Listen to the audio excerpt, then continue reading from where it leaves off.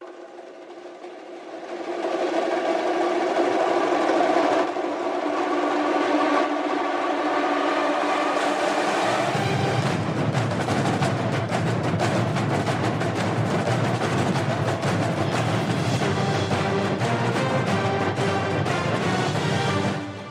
everyone, and welcome to the Cinematic Schematic, the official podcast of thecinematropolis.com, your home to thoughtful conversations on film. I'm your host, Caleb Masters, and today we are sitting down to talk about how Tom Cruise is going to overcome the impossible odds. He will defeat AI and the evil maniacal interest driving said threat. No, we are not talking about the SAG-AFTRA negotiation table. We are talking about Mission Impossible Dead Reckoning Part 1, or the correct title, Mission: Impossible - Dead Reckoning, comma, No, Part I think 1? it's just Part 1. Just Part 1? Yeah. Is it a hyphen or an M dash? I can never be sure. I'm not sure. It's kind Either of way, squishy. it's a terrible title for a great movie. Ladies and gentlemen, we have a big show for you today because this is our first show since we wrapped up Dead Center about a month and a half ago. And instead of doing a more typical icebreaker question related to the movie, we're just going to very quickly talk about some of the films that we did not review on this podcast, but we want to acknowledge because there was a lot of stuff. Some good, some bad, some ugly, some Transformers. Before we get into our spoiler-free review and verdict of Mission Impossible Dead Reckoning Part 1, we're going to talk about several movies, around 10 or so, very quickly. And then we're going to conclude the conversation with an in-depth spoiler discussion of Mission Impossible Dead Reckoning. Joining me today, they are also disavowed from the Hollywood system of podcasts. Laron Chapman, Cinematic Schematic co-host and award-winning Oklahoma filmmaker. Do you choose to accept this mission? I do accept it, and also just because it's hot and I'm beating the heat, and you have AC in your house, so this is nice. July. Hot July. No AC in your house? Not currently. Oh, bless you. It's going to be fixed in the next couple hours. I was like, perfect, I'm leaving. An excuse to get a house. That is an impossible mission. Yes. To overcome the Oklahoma heat. Also joining us to disavow ourselves from whatever system it is we're disavowing ourselves from. She's returning to us, actually not so long ago, from our Spider-Man Across the Spider-Verse review, Chelsea Ratterman. Chelsea, do you choose to accept this mission? I do. Let's go. Let's go. Okay. All right. So we've got enough for a team, but we've got to complete the picture. I can't decide if this is a John Lark situation or if this is like a Benji situation, but I'm so thrilled to be rejoined by GoodTrash Honorcast co-host and GoodTrash Media co-founder Dalton Stuart. Happy to be here, Caleb, and all of my takes will self-destruct in 5 seconds. All right, there we go. I know he's definitely an imposter John Lark character because he did not let me ask him if he chose to accept the mission. So John Lark did nothing wrong. The greater the suffering, the greater the peace. That's it. Thank you. If I was casting this, though, I feel like I'd be Luther. I feel like you're definitely the White Widow. Yes. You have Yeah. You know, Yeah. Arm stealer. My favorite. I feel that. It's okay. Oh, y'all are between Simon. I feel like y'all split. We both have a lot y'all of are very energy. Simon Pegg. So, but yeah, we don't have an Ethan amongst us, I don't think, Couldn't be me. I'm not going to run that I'm much. not doing that. I can't jog. I do run. I stair climb. Okay, he's like, well, you know what? If you run, then you're going to take it You are for us. famously a runner. That's how you do your fitness. I do. Yeah. It is like the majority of my fitness. I am straight training right now, though, so trying to mix it up. When I see people sprinting or jogging in the morning at 4 a.m, I mean, obviously I commend them, but I also look at them and think those are psychopaths. Yeah. I don't know. I how can't. to live. I'm not a morning person, so I do run, but it's usually like at lunch or in the evening. Yeah. It's nuts. Those people are crazy. I'm glad you're getting some strength training in, though. You got to be able to do that if you're going to go hand to hand with Palm Clementif in an alley. Exactly. or fight God, the AI. You got to be ripped for that. So, not to say I'm Ethan Hunt, and I have not driven the motorcycle off the cliff yet. Listeners, if you enjoyed today's conversation about all the movies, please do us a favor and leave us a rating and a review. Supporting us with that rating, especially a 5-star rating, will help us get discovered by more listeners just like you. So before we even get to the icebreaker, though, a lot of programming announcements, very important programming announcements. Alert, alert. I know we took half of July off, but we have a lot of conversations coming your way. Next up is probably the biggest cinematic event, at least of the 2020s for sure. This is the first time movies are going to be like a big part of like popular discourse again. Yes. This decade. Yeah. Like movies will finally be taking all of the oxygen out of the cultural conversation. Yes. And the stars won't be there to promote it. And I couldn't be happier. It's going to be bizarre. Yeah. Ladies and gentlemen, we are talking about the fight of the century, Barbie versus Oppenheimer, also known as Barbenheimer. Laron and I both have our shirts already. Lauren has a Barbie shirt. We are ready to go. So by the time you're listening to this episode, actually, we are probably on the eve of Barbenheimer. Or if you're listening even a day late, both films are actually out and available for you to watch. So you might be asking yourself, well, how are you guys going to cover it? Usually you're posting like one episode every couple of weeks, but no, we're dedicated to the craft here. And Laron and I were like, well, we could just do a doubleheader episode like we've done in the past when we have more than one movie we want to talk about in a week. But then these movies both deserve a full-blown, in-depth, really meaty conversation. I can't imagine us talking about Oppenheimer or Barbie for less than like an hour and a half each. So first, we are going to be reviewing Oppenheimer in next week's episode. That's right. You're going to have to wait 2 weeks next week. So that'll be publishing tentatively on Wednesday, July 26th. We will then review Barbie the very next week with the episode publishing on August 2nd. And yes, we're going to determine a winner based on these very loose parameters. We are going to decide who wins using a 5-point system for each of the following categories. And these categories will each be weighed at 25% weight. So 25% or a quarter of the points will be allotted to the average letter grade the movie gets from our host participating in the review discussion. So essentially, we all give letter grades. A is a 5, B is a 4, C is a 3, D is a 2, and anything below a D is a 1. Right. And we're going to average that out for each movie. 25% will be based on the Rotten Tomatoes scores. 80% to 100% is a 5 point. 60 to 79 would be the 4 point, and so on and so forth. 25% will be based on the box office winner after the first 2 weekends. Why 2 weekends? Because as we've seen, sometimes movies leg out. Tom Cruise, we're talking about Tom Cruise today. He is notorious. His films are notorious for legging out, where they might have a solid, okay opening weekend, but the next weekend they show up and it's like, wow, almost as many people showed up. So I want to see 2 weekends for these to get a sense of how this is going to leg out. And then the last 25%, and this is, listeners, very important. This is where you come in. 25% will be based on the Cinematropolis audience polls. So I'm going to be publishing polls, which film is better, Barbie or Oppenheimer.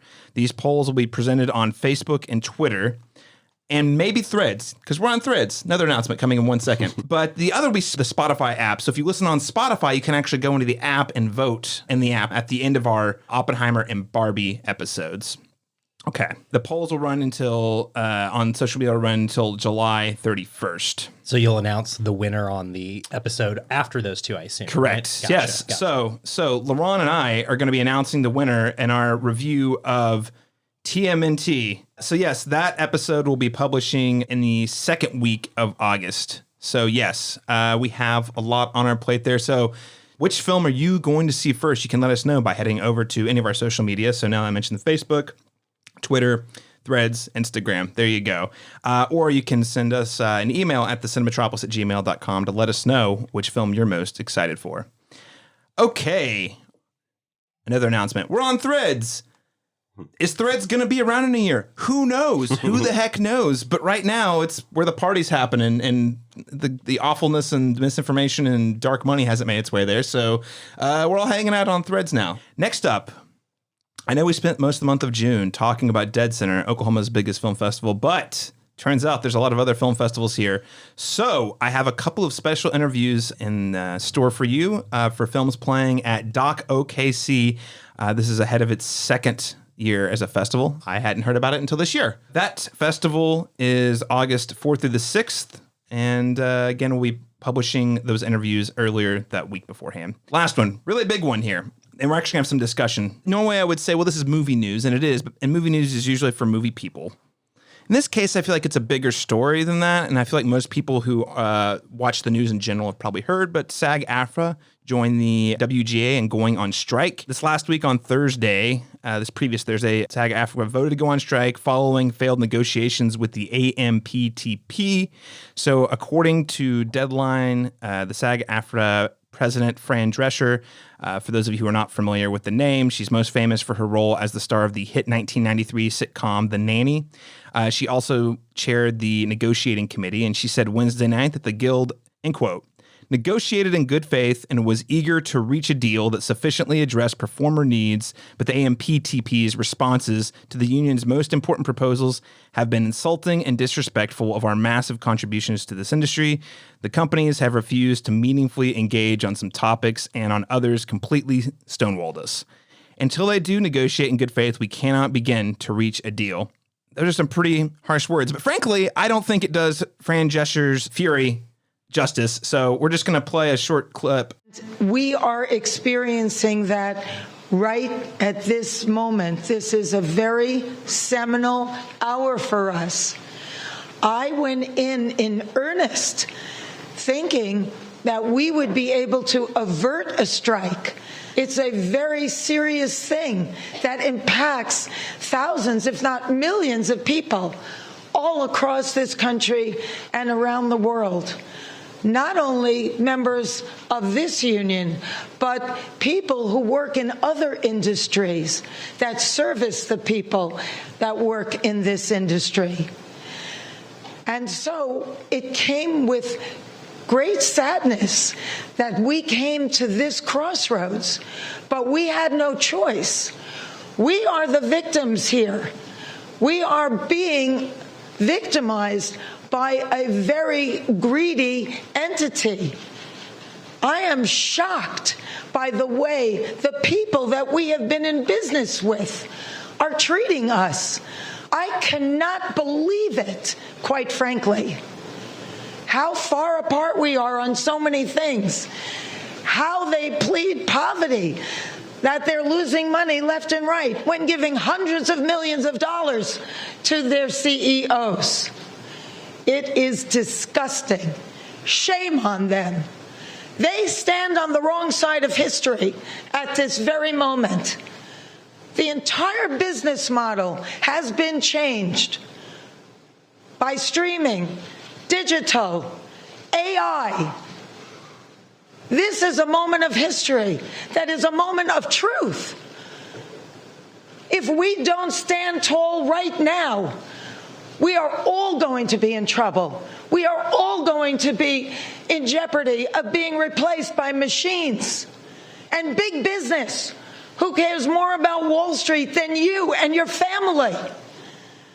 Most of Americans don't have more than $500 in an emergency. This is a very big deal, and it weighed heavy on us. But at some point, you have to say, no, we're not going to take this anymore. You people are crazy. So, Fran Drescher, not mincing words at all. The Screen Actors Guild joins the Writing Guild of America, which has been an ongoing strike of its own since May 2nd over very similar concerns related to the use of AI and residual payments for their work. A little bit of historical context here. The last time the Writers Guild of America went on strike was the infamous 2007 through 2008 strike that lasted roughly around 3 months. Most notorious to us millennials in the room for killing heroes and, giving us that god-awful Transformers sequel. The last time SAG-AFTRA went on strike as a full body was in 1980, and this is the first time since 1960 that both the writers and actors have both been on strike at the same time. Fun fact, Ronald Reagan was the president of SAG at that time. Is that a fun fact? There's something deeply ironic about that, but that is literally a whole other podcast. I got a lot of PTSD to unpack Union there. Buster Ronnie being the old SAG prez. Yeah, that's a fucking mind. Ugh, that'll mess with your head. I have feelings. Just to provide some context too, they're obviously upset for a variety of reasons. The SAG Writers Guild wanting to actually be paid a fair wage. The streaming industry has frankly changed the business model, and the business model did not adapt and bring things like residual pay over. So, for example, I know you see a lot of actors out there who you think of the movie stars, but really who this is about are the people you don't know the name of, who are on all the different TV shows that you watch in like guest roles, for example. But also this last week, what timing? Disney announced their generally liked and recently returned CEO Bob Iger is extending his contract to 2026, which is 2 years longer than he previously planned. And this announcement follows the completion of 7,000 layoffs at Disney that were completed this last May. And while I was unable to find the specifics of his current compensation package, according to Reuters, the terms of his contract in his previous contract included the opportunity to receive an annual incentive bonus of 5 times his base salary. And in the previous contract, he was entitled to an estimated $27 million per year in total compensation. So not only does he get $27 million a year for the job, but he can make up to 5 times that in bonus incentives, right?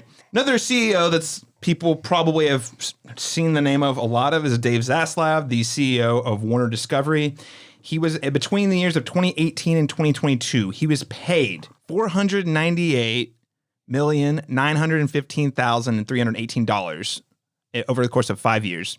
And according to the Times analysis of the executive compensation at 10 publicly held media entertainment companies. So this is basically an estimate based on what a lot of people and analysts are saying. So that's not a public number, but if you take the number crunches, basically if you think total compensation and what he's getting in terms of stock options for his various companies. Yeah, that's 2 Mission Impossible's Dead Reckoning. Yeah, just over a course of 5 years. Fund the whole movies himself. It was reported in March that Dave Zaslav received $39 million as part of that compensation just in 2022 alone. That was the year that he completed the Warner Media Discovery merger, famously canceling Batgirl and releasing The Flash, which we'll talk about that more in a moment. Lots of information here to unpack. Frankly, there's a lot more to it than what we're able to talk about here, but I wanted to go around the table and just see what everyone thought. Laron, you actually work... your bread and butter is in the film industry, so maybe you could share kind of your perspective on this. I feel like, the most telling thing, or the most crucial thing that we need to talk about from Fran's speech is that I don't think has really echoed or resonated enough with people is that it's not just these millionaires and billionaires fighting versus millionaires and billionaires. She was like, it's also affecting the businesses that service these things because film productions employ the states that they're in. We're talking about seamstresses, hotel rentals, catering services. All these things benefit when films are there, which is what we've been fighting for in Oklahoma for a long time, is to try and incentivize them to continue to make movies here because it's going to help the local Oklahoma economy. And when people finally realize that it does actually benefit, like it employs many people for that sustained amount of time, all those people are going to be affected by, this abrupt halt of this. There's also, like I said, this misconception that it's just, it doesn't affect me because it's just these wealthy people fighting versus wealthy people. But that's just not true because you're not thinking about all the people who are employed on these films, from the crew standpoint, who also can't work because the actors are on strike and the writers are on strike. I'm actively on a television series right now since February, and we had 2 more weeks of filming, and then 2 more weeks of post production. So that's a month of pay I'm not getting. And as somebody who makes their living exclusively off of being a freelance filmmaker, that is staggering for me. That's actually, kind of concerning. I don't know what my next job is going to be. It's going to be whenever this strike lifts, because other than that, I'm going to have to find another 9 to 5 somewhere in the meantime, and I've been able to be employed for the last 5 years just doing this, so that's been really nice. But I say that, so I'm in a precarious situation where, I've become collateral damage to this war that's happening between these two sides. But at the same time, I'm 1,000% behind it because of the things that they're asking for that have frankly we've been asking for a long time, and then the added element of this AI situation is actually really eerie in a way because we're already seeing it in different ways. If you go to your local AMC, people aren't servicing anymore. You're putting it in a kiosk, which in some ways is easy. But there was a time when I worked at AMC where I was passing out tickets to people. But you see that jobs are being, truncated, by these advancements. And so to think that we would live in a world at one point where you don't even need an actor's, to be here to service for it is very concerning for the industry at large, So same thing with writers, because, there's a lot to unpack there. But until we reach a deal, they're hemorrhaging money every day, because you got to think the entire country is affected by this. Every television show you watch, every TV show you watch, every movie, everything's stopped. Everything's at a halt right now until they come to an agreement. So if you enjoy your local Netflix and Prime and all these different streaming accounts and all these shows, then until we reach a deal, then you're only going to be able to watch what's presently there, so. And I think, the average viewer, this is me editorializing or throwing my speculation out there. I don't think people are going to really feel it this year. No. I think you might feel it a little bit in TV by the end of the year. Mm-hmm. I don't think films are going to feel it at all this year. True. In terms of having content available, I think there's a myriad of other ways you're going to feel it. Like, I'm talking specifically about the consumer experience, right? Absolutely, yeah. At the end of the day, I think next year, though, it's going to be devastating. Yeah. Like, there's not going to be anything films. Like, even Mission Impossible: The Reckoning Part 2 on hold. It was supposed to come out next summer. There's no way. Yeah, it was already going to be tight. There's no way it's coming out next summer now. Yeah. So it's just one of those things where, unfortunately, I think you're right. It does affect the average person like way more than they realize. They're not going to really feel it in their day to day for a few months. That's true. Unfortunately. Yeah. But people, what we're saying is you should pay attention. You should rally support to have this thing done. Ideally supporting, the people doing the work who are trying to protect the viability of their career. Well, when you think about it, because we hear the term paycheck to paycheck, I'm living paycheck to paycheck. I'm actually living gig to gig, so if there's no gigs in the prospective future, then I don't have a job. I'm unemployed right now, so that's a very scary thought, when this is your entire livelihood. So yeah, it's concerning in a lot of ways. Chelsea or Dalton? Dalton, I'll turn to you first. Any thoughts on this whole SAG-AFTRA strike you want to share? Solidarity, baby. My grandfather was a UAW rep for years and years and years, so I'm come from a union family, and I take this shit seriously. DGA win. Join them. Fuck them. Yeah. I don't know. It's bad. It's scary. I got friends that are actors that are non-union or not SAG actors, and this puts them in a really shitty situation. It's bad for everybody, but this does not get better without workers flexing some muscle. And that's going to be the case for a lot of industries over the coming years. I don't know. The French had a really elegant solution for this a few hundred years ago. Didn't turn out great. Mixed results. Let's say. It was very bloody, notoriously very bloody, but there was a change that occurred. Yes. So I guess mission accomplished in that sense. Yeah, I guess we'll leave it at that. Yeah. Okay. All right. Chelsea, anything you want to add? I think that it's so interesting because, we mentioned Ronald Reagan, like very much his economic policies are what have led us here. Yep. Yes. The man on the picket line is the one that destroyed the picket line. But I think looking at it as like the larger picture, so much of like, the right to work states and everything like that, this is like going to be such a moment for labor, not even just SAG-AFTRA, the UPS contract ends July 31st. So we might reasonably be seeing UPS going on strike. Like there's so many factors that are going to go into this that we might hopefully see some changes moving forward, especially with AI that, they're trying to make an argument that basically we don't need people to do these things. So if you're going to have an AI economy, what does that mean for the person, the people that are actually like out here living it? Right. These are the entertainment unions are some of the strongest unions in this country. Absolutely. And again, a lot of that has to do with Ronnie in the 80s and, right to work laws. And there's all kinds of stuff that went into taking power away from unions. But like if the entertainment unions can't get anything done, I really worry about, labor in the rest of the country. We'll see. It's certainly an uncertain time. I'm optimistic. I feel like the push to form more unions is the strongest it's been in my lifetime. Mm-hmm. The video game industry right now, for example, I keep track of that. Sega just formed the largest video game union in history at Sega, I think last week, maybe 2 weeks ago. And they're not the first one. There's been some in Activision Blizzard. And I know it's a separate industry, but I think the consistent thread is, hey, you guys have taken and squeezed workers for as much money as you can for a long time, and now this AI conversation's coming along, and it's like, oh, well, we don't even need you. You're like, wait. I've been doing this for you. You wouldn't even have this company. You wouldn't have this studio if it wasn't for the people doing the work. And now you're talking about potentially replacing us or paying us way less because you can automate parts of our jobs. Mm-hmm. That's not okay. Did you hear about the really dire thing they want to do to background actors?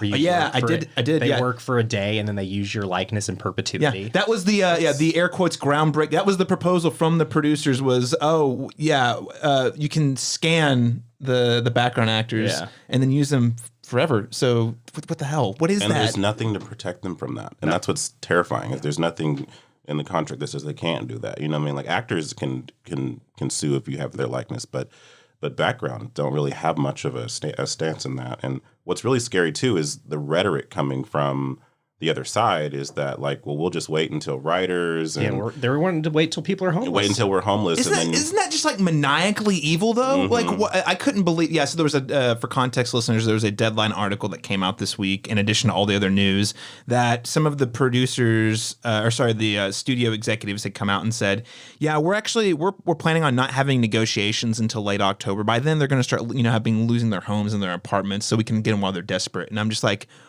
wow. That's Ron Perlman knows where they live. I saw that. That's great. That was so There's good. several ways to lose your home. There's several ways to lose your home. And we know where you live, sir. It was Get 'em, Ron. And people who are at their desperate needs might not have the moral compass they have right now. But anyway. But I think just the last thing I'd say that Chelsea, I think you're alluding to, is there's a lot of turmoil in this country. The wealth gap has been an issue that I think most people who are paying attention have known about for a while, and it's not getting any better. So this is kind of the entertainment union stepping in and saying enough's enough. We have to have protections in place for us. And I do, assuming this ends positively, I'm optimistic that this will lead to more workers fighting for their rights, either in official unions or not. But things cannot stay on the same track it's on right now without there being really, really dire consequences. I think with SAG going on strike, I think the first hint we see of an actual like economic impact going into it, I think you'll see like a federal mediator come in. Wow. Yeah. All right. Well, listeners, hey, stay educated, stay informed, but want to note this is a massive thing that's happening in the entertainment industry. And frankly, there's a high likelihood it's going to dramatically impact our programming for next year, I would suspect. I mean, we'll figure out a way to do a show, but it's, if there's no new releases coming out, what do you talk about? So good time to catch up on the classics. Oh, I can't wait. Got to go through all my criterions that are on my shelf that I haven't Isn't it watched. ironic though that we're in the this was supposed to be the year where we're seeing this huge resurgence, like big blockbuster, big money. Next weekend is Barbenheimer. Like we're seeing like that, finally we're getting back to that out of the COVID slug that we had for a while. Just to have something like this be an obstacle next year, which will set us back yet again, to get people reinvigorated to go back. It's just like, unfortunate. The timing is very unfortunate, but I think it's necessary. Oh, yeah. Absolutely. I think it's super necessary. Although, unless you ask Bob Iger, who's on CNBC this year, said, I think this is actually the worst time for them to do this. I think it's, what they're wanting is just not realistic. Says one of the wealthiest people on the planet. You're just like, come on, dude. It's so much money, man. It really hurts your brain to try to wrap around. Yes, I have a whole soapbox that I get on all the time about it, but we're not going to have that right now. We're going to talk about something more fun. It's going to be the movies that we saw since we last reviewed Spider-Man Across the Spider-Verse in June. I'm going to name a movie, and if you have something to say, and you'll have like approximately a minute to weigh in about it. And if there is a little short conversation, that's fine, but we want to keep it all real tight because it's got 11 movies on this list here. So, number one, I know the one we were all dying to see. It was top of my list this summer. The sequel I have been dying to see, Transformers: Rise of the Beasts. The first one. Did anyone actually see this? This came out the weekend of Dead Center, so I know none of us saw it that weekend. No. Okay. Easy. Elemental. I saw it. Yeah. Yeah. I felt like it was on par with a lot of what we've seen from Pixar as of late, but there was a sweetness and a cuteness there that I liked it enough. It's not a classic by any means, but the animation was nice, had a sweet story. I don't think it will stand the test of time, with all the rest of their releases. But I don't think it's nearly the train wreck or whatever that some people have kind of allowed it to be. I enjoyed it at least, So. I am right there with you. I thought it was really solid. The score was great. The visuals. Now, granted, we had just seen Spider-Man like 2 weeks before it. So it's not that, but the animation was really clever. The way they do the elements was really neat. I thought the love story, while simple and kind of cliche, we don't see those in Pixar movies very often or ever. So I thought it was really neat to get that in there. I'd say firm middle of the pack Pixar, not top tier classic, but it's certainly no like The Good Dinosaur. It's not bad. Like it was very sweet, and it did not open very strong at the box office. And I'm very excited to see it's had really strong legs. Families have kept going back to it. So if you are a family looking for a movie, I think Elemental is a good one to go to. All right, The Flash. And I know I'm starting with Chelsea on this. Chelsea, thank you for being with me watching The Flash. You're welcome. What'd you think? I mean, you knew I was going to be there. Yeah. I enjoyed it. I always love how they like interpreted the Speed Force in the Snyderverse. So it's just, it's a bunch of like RIP Snyderverse. I'm definitely not looking forward to the Gunverse based Oh, off really? the casting announcements that have come out, I'm just like, this is just gonna be like Suicide Squad on steroids. So I'm not super stoked about it.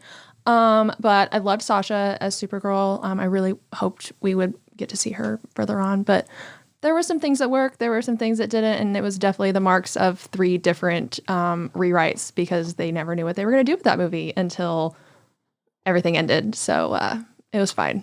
Famously, James Gunn and Dave Zaslav, both at CinemaCon, said it was the best superhero movie they'd ever seen. Tom Cruise, too. Tom said Cruise it's did say that. saving the movie industry. Well, okay. Actually, I'm not saying he didn't say that, but the way we heard about it was, who was it? James Gunn. Someone was like, Tom Cruise called me and said it was the best superhero movie he'd ever seen. And now it's literally like a running joke. Everybody, what was it? Flopped so hard. Well, no, now people are using it. They're like, this next movie is coming out. Tom Cruise called and said, I want to see it, and it's amazing. And so yeah, now it's just a running joke. Hey, for what it's worth, I think this is one of the best DCEU movies ever made. I had a great time with it. I'm not here to weigh in on the character of Ezra Miller. They have all sorts of problems that I in no way endorse. And if you don't feel comfortable either like seeing the movie, liking the movie, or saying positive things about it because of them, I totally super respect that. I come from the perspective of generally, as long as I can be physically comfortable, thousands of people work on the movies. And so I swallowed the bittersweet pill, saw it, and I hate to say this is going to sound harsh, Ezra Miller was really good. And I was very shocked because I didn't think I was going to like them. Yeah. But I love Michael Keaton shows back up. It's got heart. The visual effects that people hated, they didn't look great, but they never bothered me. Again, one of the best outings for me.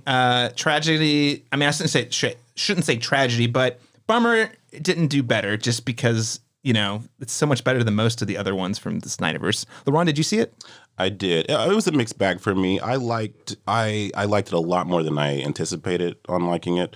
I agree about Ezra Miller. I thought they were the best part of it, but also have personal feelings about them aside. But yeah, definitely. But just looking at it as a film, they're definitely, for me, it's weird that some of the visuals were like state of the art, and then some of them were oddly just almost didn't even feel like they were rendered all the way. It's just strange hodgepodge of elements there. But there was enough in this really kind of, I don't know, disjointed, narrative that stuck with me. You know what I mean? There were some emotional stakes that I actually was invested in, and so for that, I would say it was middle of the road, but more enjoyable than I thought. And as you said, probably one of the better DC movies, which isn't saying much, but there's probably 2 or 3 good ones, so. But I enjoyed it more than I anticipated, and that for me was a win. Mm-hmm. It notoriously have tanked hard at the box office too, like abysmal. Yeah. It's just so funny, and we're not going to open this can of worms because I think it's a whole separate podcast. But it is one of those things where you're like, wow, they saved this, but ditched Batgirl. And my whole rationale was because I guess the test screenings they had done were so positive and then completed so much of the production already. They're like, we're going to put this one out, even though despite the fact that problematic star. And it's a wonder if it was worth all of it. Right. Because now, like you said, it wasn't the big success they thought it was going to be, but I mean, it might have been a better movie than some thought, but... I think they said they lost like $200 million off that movie. Yeah. Tee-hee-hee. Yeah. Yep. When David's not happy, I'm happy. You know what I mean?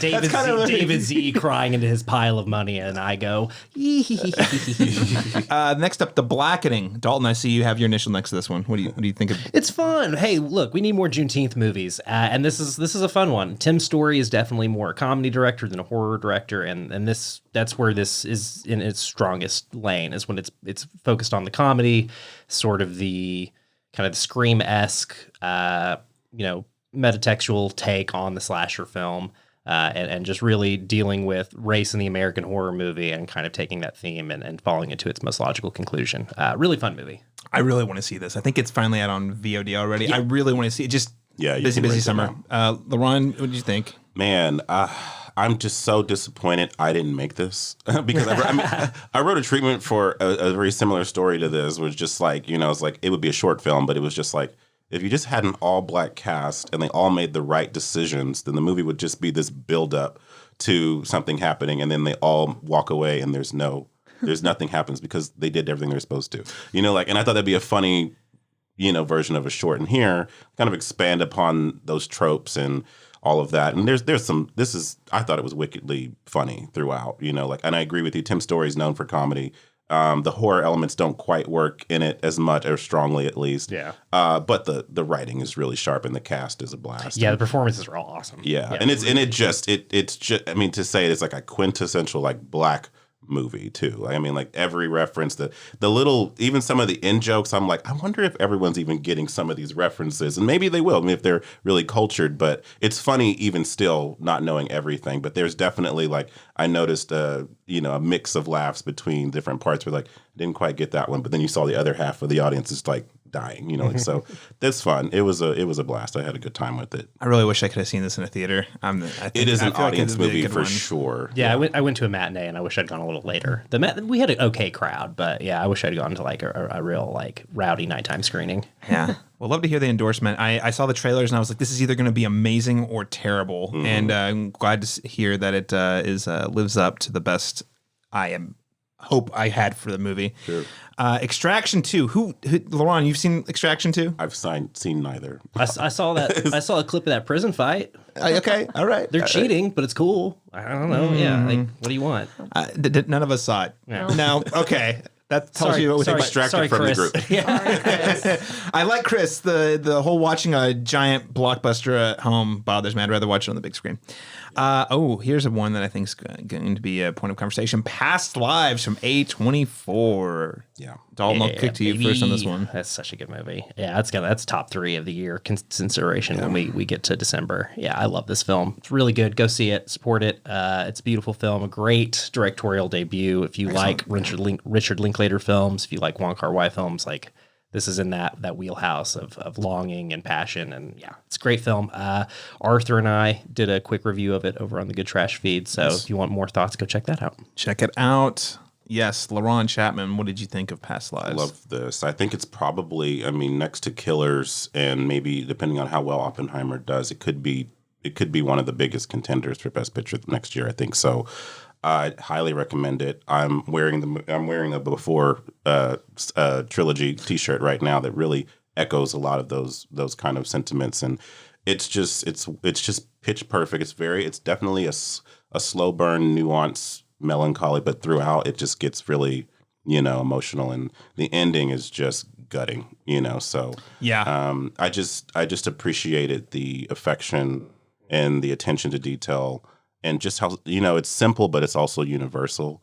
And I think Roger Ebert said it, like, the more specific it gets, the more universal it becomes. And this is one of those situations where it's definitely an immigrant story, definitely speaks to that, but it's at some point it just becomes a human story. And yeah, it's amazing because this I feel like is one of the best looks as a person who was born and raised in this country and is white. So, you know, there's a lot of things that I don't think about that I love movies for, kind of like showing you like, hey, here's these different perspectives. It was one of the best looks I think I've had, seeing like, what is it like to be a first generation immigrant? You know, it's like a whole part of yourself. It's really actually a good companion, I think, to Everything Everywhere All at Once, frankly. Where, what is it like you have your whole self and a whole life you lived in a different country, where you literally had a different name. Yeah. And like, how do you, as an adult in particular, how do you reconcile that? Your identity, you know, and how your attachment to it, because she lived there, but it's just, yeah. I just thought her and the lead, Greta Lee and the lead there were really great together. Yeah, he's great. And John Magaro, who just keeps popping up. Support. Yeah, a very unlikely like supporting character, because you normally wouldn't see that person be seen, and that's referenced in the movies as well. I thought that was kind of funny, actually. Yeah, it's like I'd be the white I'm the evil white husband who's got you trapped in this miserable life. But he's not. Yeah. He's actually really supportive and understands that this person meant a lot to my wife, and so I get what she's feeling, and I support that she, you know. The way song screenplay kind of tips its hat to like what the rom-com version of the story would be is like really interesting. And just kind of deep. Constantly reminding you that I'm better than that. You know? I'm better than the movie you thought this could be. You know? Highly recommend, folks. It is definitely one of the top films of the year. Beautiful people walking and talking around beautiful places, talking about life. What's not to love? It definitely made New York look a lot prettier than it is. For sure. All right. Asteroid City, Wes Anderson's latest film. I've seen it. What you think? I prefer it to the most recent one, The French Dispatch. I was too.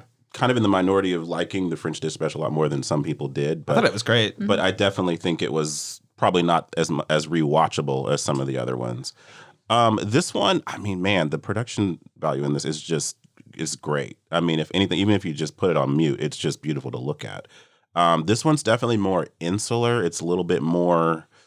It's a lot more like Life Aquatic than it would be like, the Grand Budapest. So it's definitely not as big. You know what I mean? Like, it's definitely like we're in this one spot. It's kind of a chamber piece.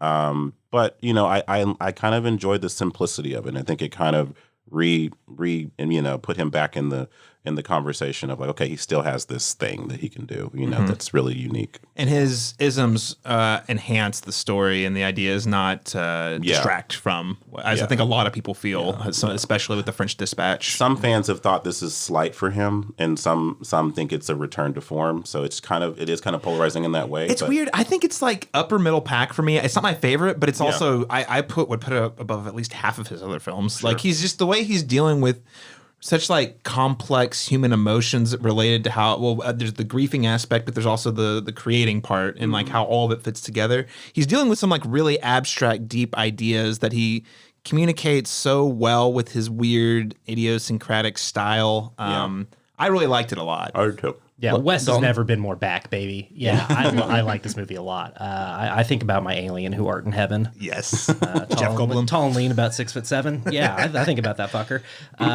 What a fun picture. Yeah. I really, and you were just speaking to this, Caleb, but the way this film like deals with grief, which is a theme that Anderson's dealt with in his filmography a couple of times, but this just like this collection of hurt people, both acting as actors within a play within a film and acting as actors who are the actors in the play. Like, both characters that are Jason Schwartzman and our Scarlett Johansson, both of this character and the character in the play, like, these performances like really sing, and they really bring something, both in performance and in screenplay. They really bring something to these characters. It's, Wes kind of, people wouldn't compare him to Nolan too much, but I think he does kind of get dinged for being like a little distant and removed in the way he deals with emotion. And I think this film like kind of really keys in on like, no, these people are like very deeply feeling. They just like, they cannot open that reservoir, because if they open it up, like, they won't be able to stop it. And I think that's like a really interesting way to like play with these characters and kind of, build like a real person, even though it's a play within a movie. And then the actors get their own kind of moments to shine when they talk about trying to find, the truth in the work. Like, just really cool stuff, man. Both, as you said, like dealing with, the grief, but also dealing with the creative process and, the way that these things are all intertwined. Yeah. Really one of my favorite movies of the year so far. There's a great scene towards the end of the movie between... I mean, there's a lot of great scenes at the end of the movie, but in between Adrian Brody and Jason Schwartzman, where he's like, "Am I doing good? Am I doing the right thing?" As a performer, it's like this whole thing. He's like, he's like, "I don't think I'm getting the thing I'm supposed to be doing," and Adrian Brody says, "You don't have to. You're doing amazing. Just know." You know what I mean? Yeah. And there's like just something about, and then there's a scene that follows that I won't get into because it's kind of spoilery, but it just really hits. It's like a 1-2 punch at the end for me. I was like, wow, just boom, boom, boom, 3 different moments where I just felt like the whole movie could be built around that one line. And they do it 3 times like that. It's good stuff. It is really good stuff. I could talk a lot more about it. Yes, that's definitely one where in a different reality, a different multiverse, we would have done a very in-depth episode on it. But alas, we're talking Mission Impossible. But only after we hear about what Dalton thinks of No Hard Feelings. It's fun. J-Law's still a movie star, folks. Come on. She's great. She nude fights a bunch of teens in this. What? It's fucking hilarious. Full frontal. Yeah. Full frontal. Yes. She's not scared. After Red Sparrow, she don't care. No. I kept saying, I was like, I think I've seen her naked more than most actresses, but hey, whatever. It's cool. But yeah. Yeah. No, she's so funny in this. And I forget his name, but her male co-star, this is like his first big role. And he's really fun in it too. Nice. He holds his own against her, and it's just it is a return to sort of the aughts raunch comedy, but it is still trying to have a more evolved outlook. It's just trying to be a film for now that is concerned with modern concerns, and that's a tricky needle to thread. It is. And I think it does so pretty well. Yeah, it's fun. Go check it out. It's slight, but it's definitely a great time. Yeah. Laron, did you see this one? I did. I'm slightly cooler on it, because I think that it tries to be a film, like as you're mentioning, from the early aughts, those hard R sex comedies. And I think it accomplishes that for half of its running time. And then the other half, it does kind of settle into being, it goes for the sentiment really hard. And I don't know if everything that it tries to, grapple at emotionally lands for me. But yeah, I'd like that third act more in theory than in practice. Yeah, for sure. And I think, but I do agree. I think that this is a J-Law vehicle where like she's given it 110%, and when the comedy does hit, it's a blast. So middle of the road, but had a good time with it. And I do think the two leads are great, as you mentioned. The young kid, his name again, cool. Yeah, he's a newcomer, but he holds his own with her, and so I did feel a little strange with the whole, like, she's 10 years his senior? She's like 10 years older than him. And the focus is a little bit more on her kind of like really pining to, like, I actually really like this kid. And I'm like, is his name Andrew Barth Feldman? Yeah, that's him. Yeah, Okay. yeah. They have really great chemistry together. But I mean, there's enough here that reminded me of a time when this kind of movie was made. We'll talk about another one that I think did it a lot better here in a moment. So, yeah, I think, hey, it's cool. I find it. I didn't see it. I was curious about it. I hate to be the part of the problem here, but that's definitely one I'll watch at home, which I know is a part of the reason we don't get comedies like this anymore, so I need to not be a hypocrite. Yeah. But I will say, more comedies though. Put J-Law in more comedies. This yeah, is I know, proof for that real. She can do that. I think it's interesting that she's already won an Oscar. She's already had several blockbusters, and she's choosing to wield her power to do raunchy comedy. This is a smart I think move it's for cool. her. I think it's great. Her career's kind of been in a weird spot. Yeah. I think this is a good move for her. Yep. Excited. Okay. Indiana Jones and the Dial of Destiny. And here's the thing, listeners. I desperately wanted to do this podcast. I wanted to do a whole retrospective. Lauren and I rewatched all of them. But, sometimes you just got to look out for your well-being. And schedules weren't aligning. Laron's been busy with his day job. He did Dead Center. He did that. So anyway, we didn't end up having it. So we're going to talk about it right now in a very short form. But I have very complex feelings about this one. Chelsea, you put your initials next to the movie. So I'm going to go throw it to you first. Yes, I did squeak this one in. Indiana Jones has never been like one of my like biggest franchises, so I can't say I've seen all the other ones recently enough to like compare them. But I liked it. I thought that the ending presented Indy a lot of like really interesting like concerns and just like things he had to figure out about himself when he was clearly like he'd already kind of retired at this point in this movie. And so it asked a lot of questions about like, what could you do if you could go back? What could you, if you had these other opportunities? But I think it was a little too Disney-fied for me. It was very flat feeling. Yes. I think that the de-aging that they did on Harrison was I actually thought it was some of the better ones I've seen. Like Sam Jackson looks a little waxy whenever they like do his de-aging still. There's a reason that they said it at nighttime. Yeah. When he was in the train. Yeah. Yeah. But I liked it. It's probably not like a repeat watch for me just because I'm not an indie fan, but I go see it. It's definitely a worthwhile like watch. Okay. All right. Chelsea, a fan. Lauren, did you catch this one? I did. I'm a modest indie fan just because I grew up, Dad loved them, so I've seen them several times. Crystal Skull, I know we're kind of mixed on the table about our feelings and sentiments about that. I was deeply disappointed in it when I saw it because I just thought it just never matched the same heft or energy as the other ones. This one to me was better than that one at least. So, I felt like Phoebe Waller-Bridge was hilarious. I thought she was a great addition to it.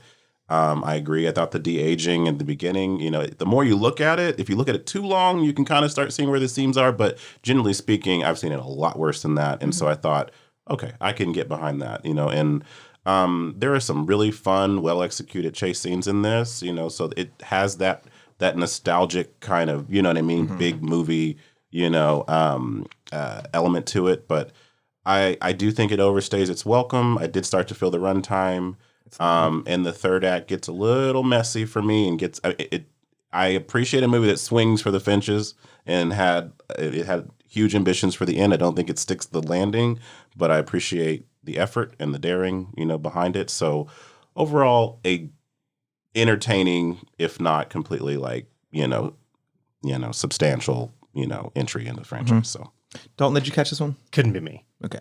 Maybe someday. I'm going to try to take my dad to see it. Yeah, it's a dad movie. Yeah, I like Indiana Jones. Okay. Yeah. Love the first three. Although the Temple of Doom, every time I rewatch it, I'm like, this gets ickier every time I rewatch it, despite it having some of the coolest set pieces of the whole franchise. And Harrison Ford might have never been hotter. Oh yeah, shirtless Harrison Ford. Than Temple of Doom. Oh yeah, yeah. There's a lot to love about that movie. I want to be very clear, but the woman problems, it's a real divorce guy energy movie. Yeah, and then the way they paint the Indian, you're like, They gave Phoebe Waller-Bridge agency in this one. I like that she was very much like her own independent character. I did appreciate that because it does have some sexist kind of depictions in the earlier iterations that I think.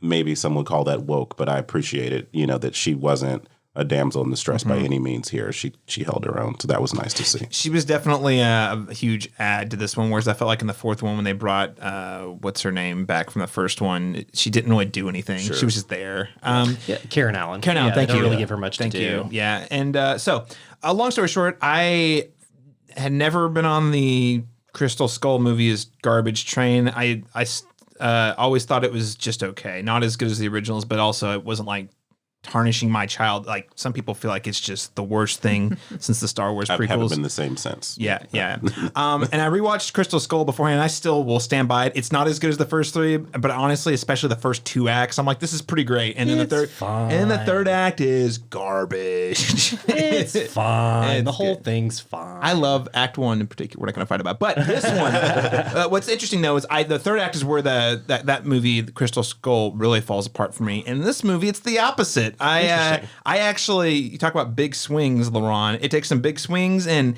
initially I was like, okay, that was kind of cool.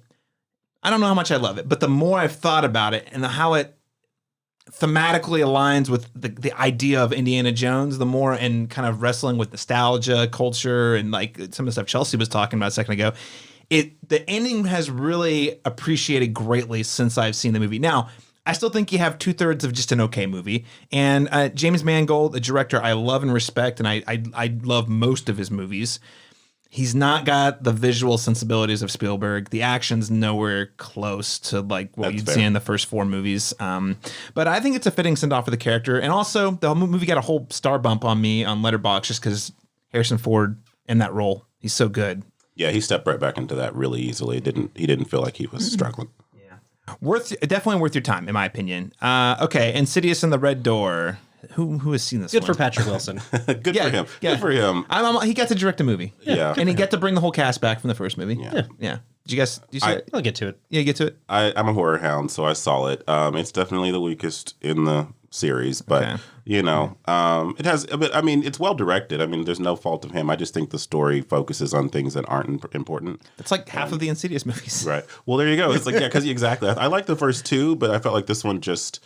They focus on one element, this father-son dynamic, which I think is interesting, but I feel like there were so many more interesting supporting characters that are here that just kind of get shafted. I'm like, oh, this is an interesting idea. This is an interesting idea. And they just don't go anywhere with it. It's a couple of jolts, but it's a very average horror film. They got to save the ideas for the next five, Oh, right? Man, right. no. So, not to be mean. I actually like more of the Insidious movies than I don't like. So, okay, that leads us to Joyride. Has anyone seen Joyride yet? Really want to catch up with this one. Me too. Yeah. It is a blast, and it's one of the best times I've had so far this summer, and we'll see about next weekend. But Nice. What we mentioned about no hard feelings is what I think this movie just gets entirely. The all-girl, like hard R, early aughts sex comedy. Every joke lands. This cast is great together. It's another one of those where it's culturally specific but also relatable, And so Asian cinema is having like a huge. I mean, Past Lives. Two of them are in here. Past Lives. This, just won the Oscar for Everything Everywhere. Parasite. Everything Everywhere All at Once. Minari. It's a big couple of years for stories about the East Asian diaspora. Yeah, absolutely, it's been awesome. In touching in every genre too. Like totally. Prestige films, sex comedies. Like they're doing well everywhere. And Stephanie Hsu is great in this. Awesome. Sherry Cola is hilarious in this. It's a great ensemble. It's a smart film, even though it is definitely an R-rated comedy. There are 3 or 4 gags in this that you will remember, and they will become memes and they will become running jokes. But it also has heart, so it's not just for provocation. It's definitely it definitely has heart and humor and pathos. So I enjoyed it quite a bit. Yeah, the critical buzz on this and word of mouth has been so positive. I need to find time to see it. Ladies and gentlemen, that's 11 movies we just really quickly talked on. And actually 10, and we just made fun of Extraction too. But what have you guys been watching since we took our break? What movie would you like to hear us talk more about in a future episode, perhaps? If there's anything we didn't drill down on, let us know. thecinemetropolis@gmail.com. Ladies and gentlemen, right on time. Let's get into our spoiler-free review of Mission Impossible: Dead Reckoning Part 1. Our lives are the sum of our choices.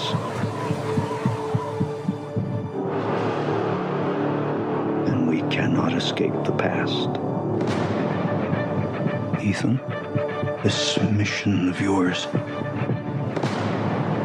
is gonna cost you dearly.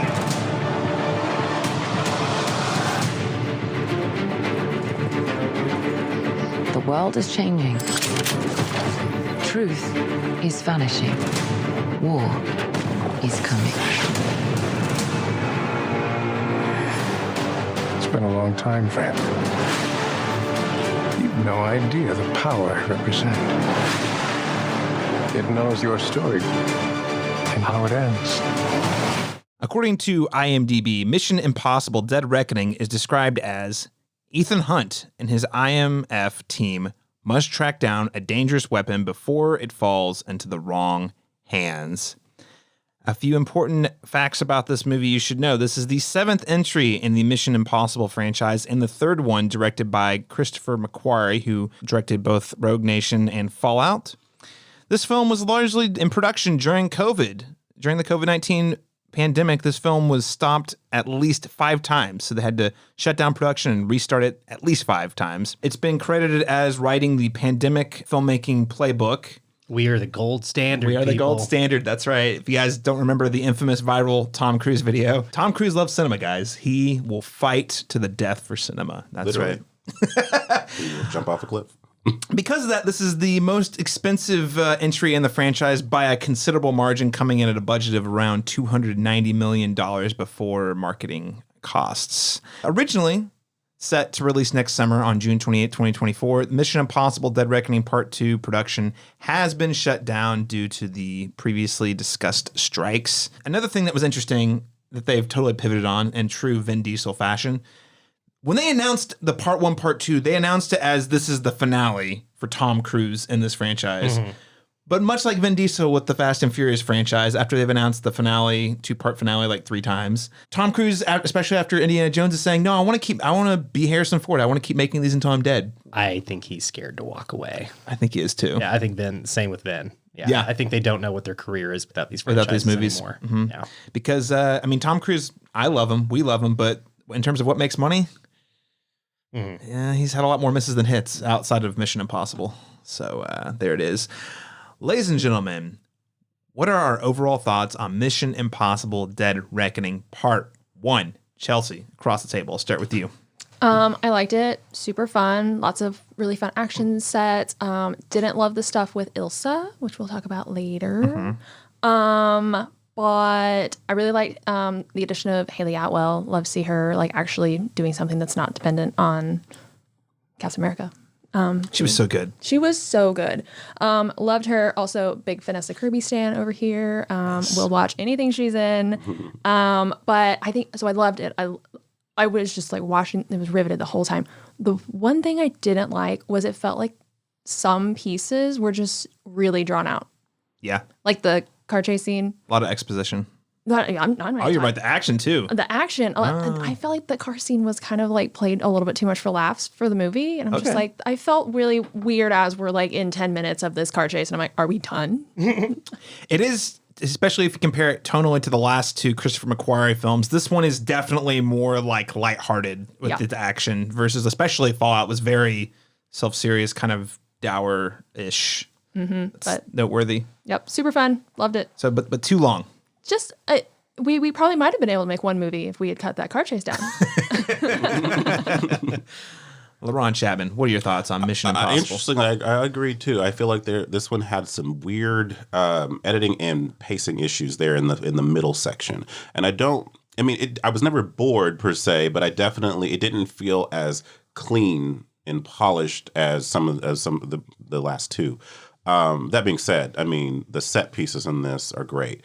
For me, the first 2 hours of this film are all really great and on par in terms of quality of the other ones, but I also think that the last 40 minutes of this is what sets it apart for me from some of the ones. There's 2 or 3 set pieces in this that I think are like top of the franchise in terms of the wow, the awe-inspiring factor. So they have hyped up the motorcycle jump quite a bit. I kind of wish they hadn't shown it. I know. To us. Yeah, I know. Same. It would have hit a little more if we hadn't seen it 45 million times in the trailer. So. I know. And if we didn't know that he was we'll get into it in spoilers. But you're like, there was a way for that to have been the biggest holy shit moment in the movie, but because we all knew it existed, it was cool, but it wasn't the thing we were talking about walking away. Right, for sure. Dalton Stuart, what did you think of the film? It's all right. It's all right. Yeah, it's cool. It's definitely the weakest Christopher McQuarrie one for sure. This methodology they've come up with, Cruise and McQuarrie, for kind of reverse engineering the films from the set pieces has worked out so far. But I think this is the first one where that sort of find the story of the movie's second philosophies kind of bit them in the ass. It doesn't. Why is this a 2-part movie? I need more. I need to know more about the entity. I need it to be called something other than the entity. Yeah, it's a terrible name. I need more from Gabriel. I need less retcons. I need, I don't need new backstory. There's a lot of missteps here that don't really work for me. The train stuff's sick. Yeah. Motorcycle jump is sick. Yep. This back alley close quarters fight scene is really sick. I'm with you, Chelsea. I think that car chase goes on a little too long and I'm not sure about the tone on this one. I'm not, joyless. I think some of the laughs are fine, but it is definitely a swerve from the previous 2 entries. And I'm not sure that this sort of MCU chat banter fits in this franchise quite as cleanly definitely as they wanted to. Not the last 2 entries compared to the last 2 entries. If it was after the 4th one, I would say that it makes more sense. Sure. And I think Screwball is what they're going for, but I don't know that they get all the way there. I think when Cruise and Atwell are really, jumping off each other, back and forth, I think that kind of works. Again, it's the element of the car chase that maybe works the best, is that one of them can't drive super well and is like, no, quit making me be in this car chase. That's a funny gag and an interesting complication to the action scene. But there is definitely a tonal disparity that doesn't quite work for me throughout this. And again, the Ilsa decisions I'm not sure about. Yeah, a couple of creative decisions that I'm just kind of crinkling my eyebrows on. Yeah, more in spoilers on that. Sure. Because I think there's some real world mechanics at play there, is my theory. I think you might be right about that, yeah. But a fun movie, to be sure. And interesting that this is one of the most expensive movies ever made, because it doesn't look as expensive as Fallout, weirdly. Yeah, I think it's all COVID, man. Yeah. I think COVID impacted this movie and the production of this movie more than we would like to think. Here's the thing. I think this movie's great. I don't think it's as good. And initially I was like, oh, it's kind of on par. But as I've thought about it, I think Fallout's a masterpiece. And I don't use that lightly. But I just rewatched it before this one. And I was like, this movie, there's not a dull moment. The laughs work. Everything about it. So coming off of that movie, this movie's definitely got more problems. It's a little clunky. I actually thought it was the first act where I felt it took me a while to get going. There's an airport sequence, which I think, while not being very action heavy, is baller. It's really fun. Super enjoyed that. But everything up until that point was a lot of exposition, which I'm game for. It's just I think even the way the order in which they deliver it, it's just a lot of talking scenes back to back to back in all sorts of weird places. Again, I think some of those weird places have to do with COVID. There's a lot of scenes of Tom Cruise, like Luther, Ethan, and Benji all just sitting in like what seems like a giant closet or something. It's there's some weird stuff like that I don't love, but I will say I can't wait to see the second time. I'll put it that way, because I do think the action beats are as good as they've ever been, especially the train sequence. And I actually think this is a great part one, unlike most of the part ones we've seen. Like this is one where I feel like if you just watch this movie, there's clearly more story, but also I don't feel like we're literally just ending in the middle of the train sequence or something, For me, I think it's just with the editing and the pacing, it seems like just the ratio between exposition and action is not is not even. Right. And then that's what's happened. I think everything that's here is fine. It's just the order that it's in. Like you said, it's like we get 3 talking scenes before we go back to the action scene that's actively happening. Oh yeah, I forgot they're still running. They're still chasing. And it's like, you know what I mean? It's like, so instead of staying in the action. Well, a lot of the talking scenes too are about abstract things, which again, I'm all game for. I'm not opposed to that, but it's just, it adds a layer of complexity to like the way I'm processing the information. And stalls the momentum of Mm-hmm. the tension that's going on outside of it. And so, which is interesting because I feel like when this movie first gets going, and I'll try to be as vague on plot as I can, but we get an early scene where Kittredge is sort of laying out the stakes of the film to Ethan Hunt and is kind of like letting him know like what the ball game is and what a sentient AI could mean for the world. And they're doing the scene and they keep jumping the line when they're cutting back and forth between the two of them in this conversation scene. And it's really kind of a cool filmmaking choice to like have the dialogue be about truth being malleable and reality being unknowable. And while they're doing that, they're breaking all kinds of filmmaking rules and keeping you kind of like on your toes as this dialogue scene is happening. And the exposition dumps are never as exciting as that. For like, there's not again. Yeah, exactly. There's this scene in the club where the only way they can find to like increase the tension of the scene is to just like further and further camp the Dutch angles. Like, just really a lot of cranking Dutch it up. angles. And I'm just like, this is an intense standoff with like multiple parties involved, multiple like motivations at the table. And they can't quite like make that scene feel as intense as it needs to, especially compared to a similar scene in John Wick 4 from earlier. And that's this film really suffers in comparison for John Wick 4 a little bit for me. They're different. They are different. I don't like comparing them, but it is that's the thing about John Wick. There's only 4 of those, mind you. But I do think with every single one of those, they've gotten better with each entry, at least in terms of the action and the spectacle. Mission Impossible here, I feel like it's and the thing about John Wick is the story is so minor. Like I think the story in Mission Impossible has a much bigger role than it does in John Wick, for sure. And this definitely feels like it's a step down slightly from the exceptional previous 2 movies. But because it's a step down compared to John Wick, where it's always a step up, it definitely feels like it's at a disadvantage.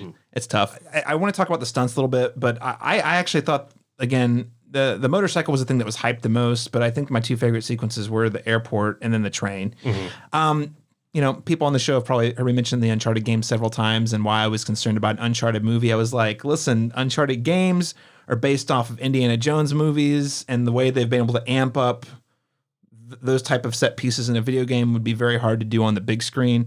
And the Uncharted movie absolutely did not do that. This movie, I was literally watching it. I was like, oh, this is Uncharted 2. This is the trains falling apart and they're trying to climb up it and not die. And I felt the same sense of like stress that I had never felt in a train sequence in a film before. Yeah. So I thought they nailed it. I mean, what did you guys think about the action set pieces, Laron?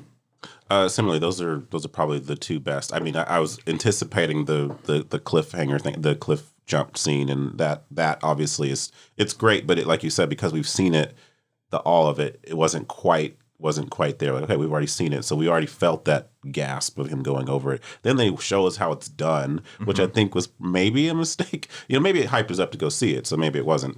But I think in terms of the experience of watching the movie, it was a mistake because now we know how it was done. We saw, so it kind of sucked the wind out of it.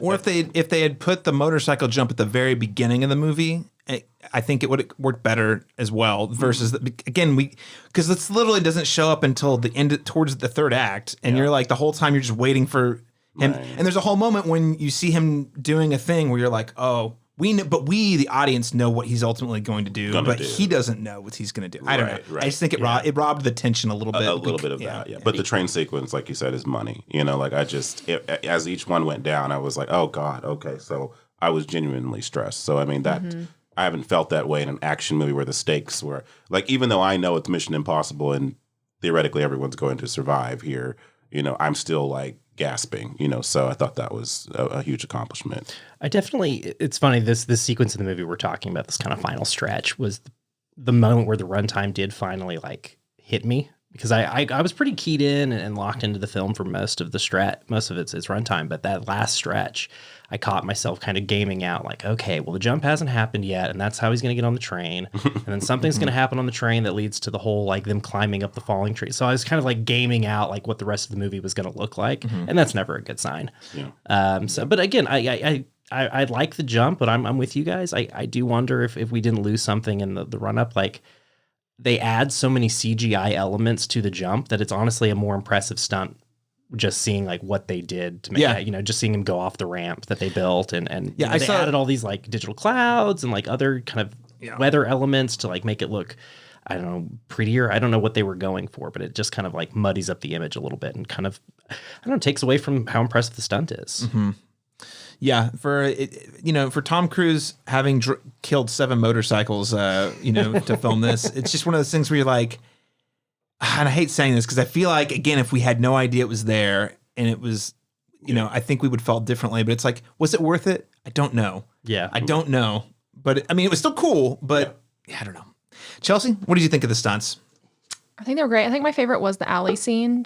I think Palm just brings so much like feral energy to that. And the earlier car chase with her, I mean, she doesn't even have like any lines. She's just in like the whole cackling movie. though. Yeah. Yes. I was like, oh my God, that was perfect.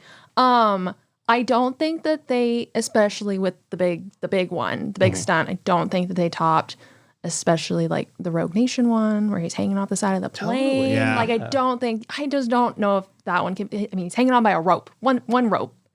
Or obviously Mission Impossible 4, where he climbs the Burj Khalifa. Burj Khalifa, yeah. I don't think they're ever going to top that one, honestly. He's 6 years. He taught himself how to fly a helicopter. Yeah, Like a crazy person. And they're like close. Yeah, that was. I don't think that they've topped in terms of the big one. I don't think that this topped the other ones yet. Yeah. Like I said, I actually think the train is way more impressive than the jump, honestly. And they did in fact destroy.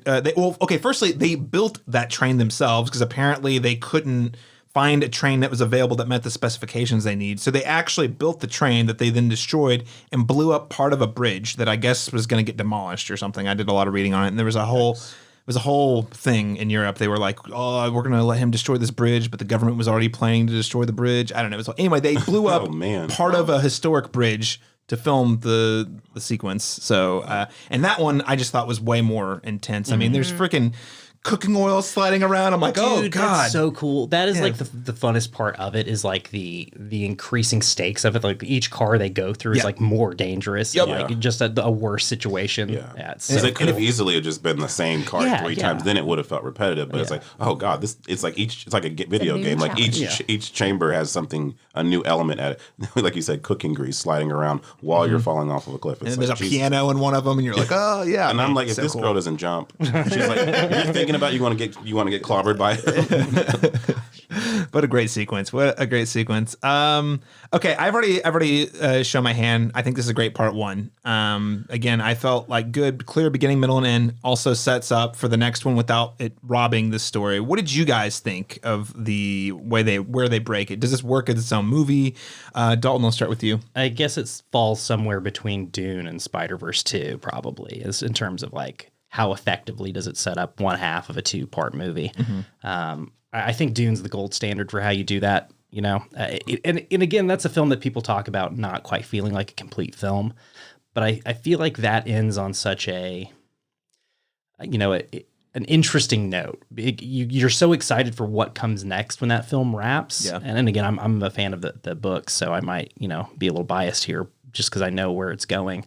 But it's such kind of an interesting place to put us. You know, he's joined the Fremen, and this is his new life, and his old life has blown up behind him, and here's the next journey that comes. And with this, you know, Tom's got the thing he needs. He's been chasing the whole movie, but now he needs to figure out what MacGuffin that MacGuffin's going to be used for. And but nobody says you become a villain if your hero cop father gets murdered. So like, probably stronger than that other movie. I don't know.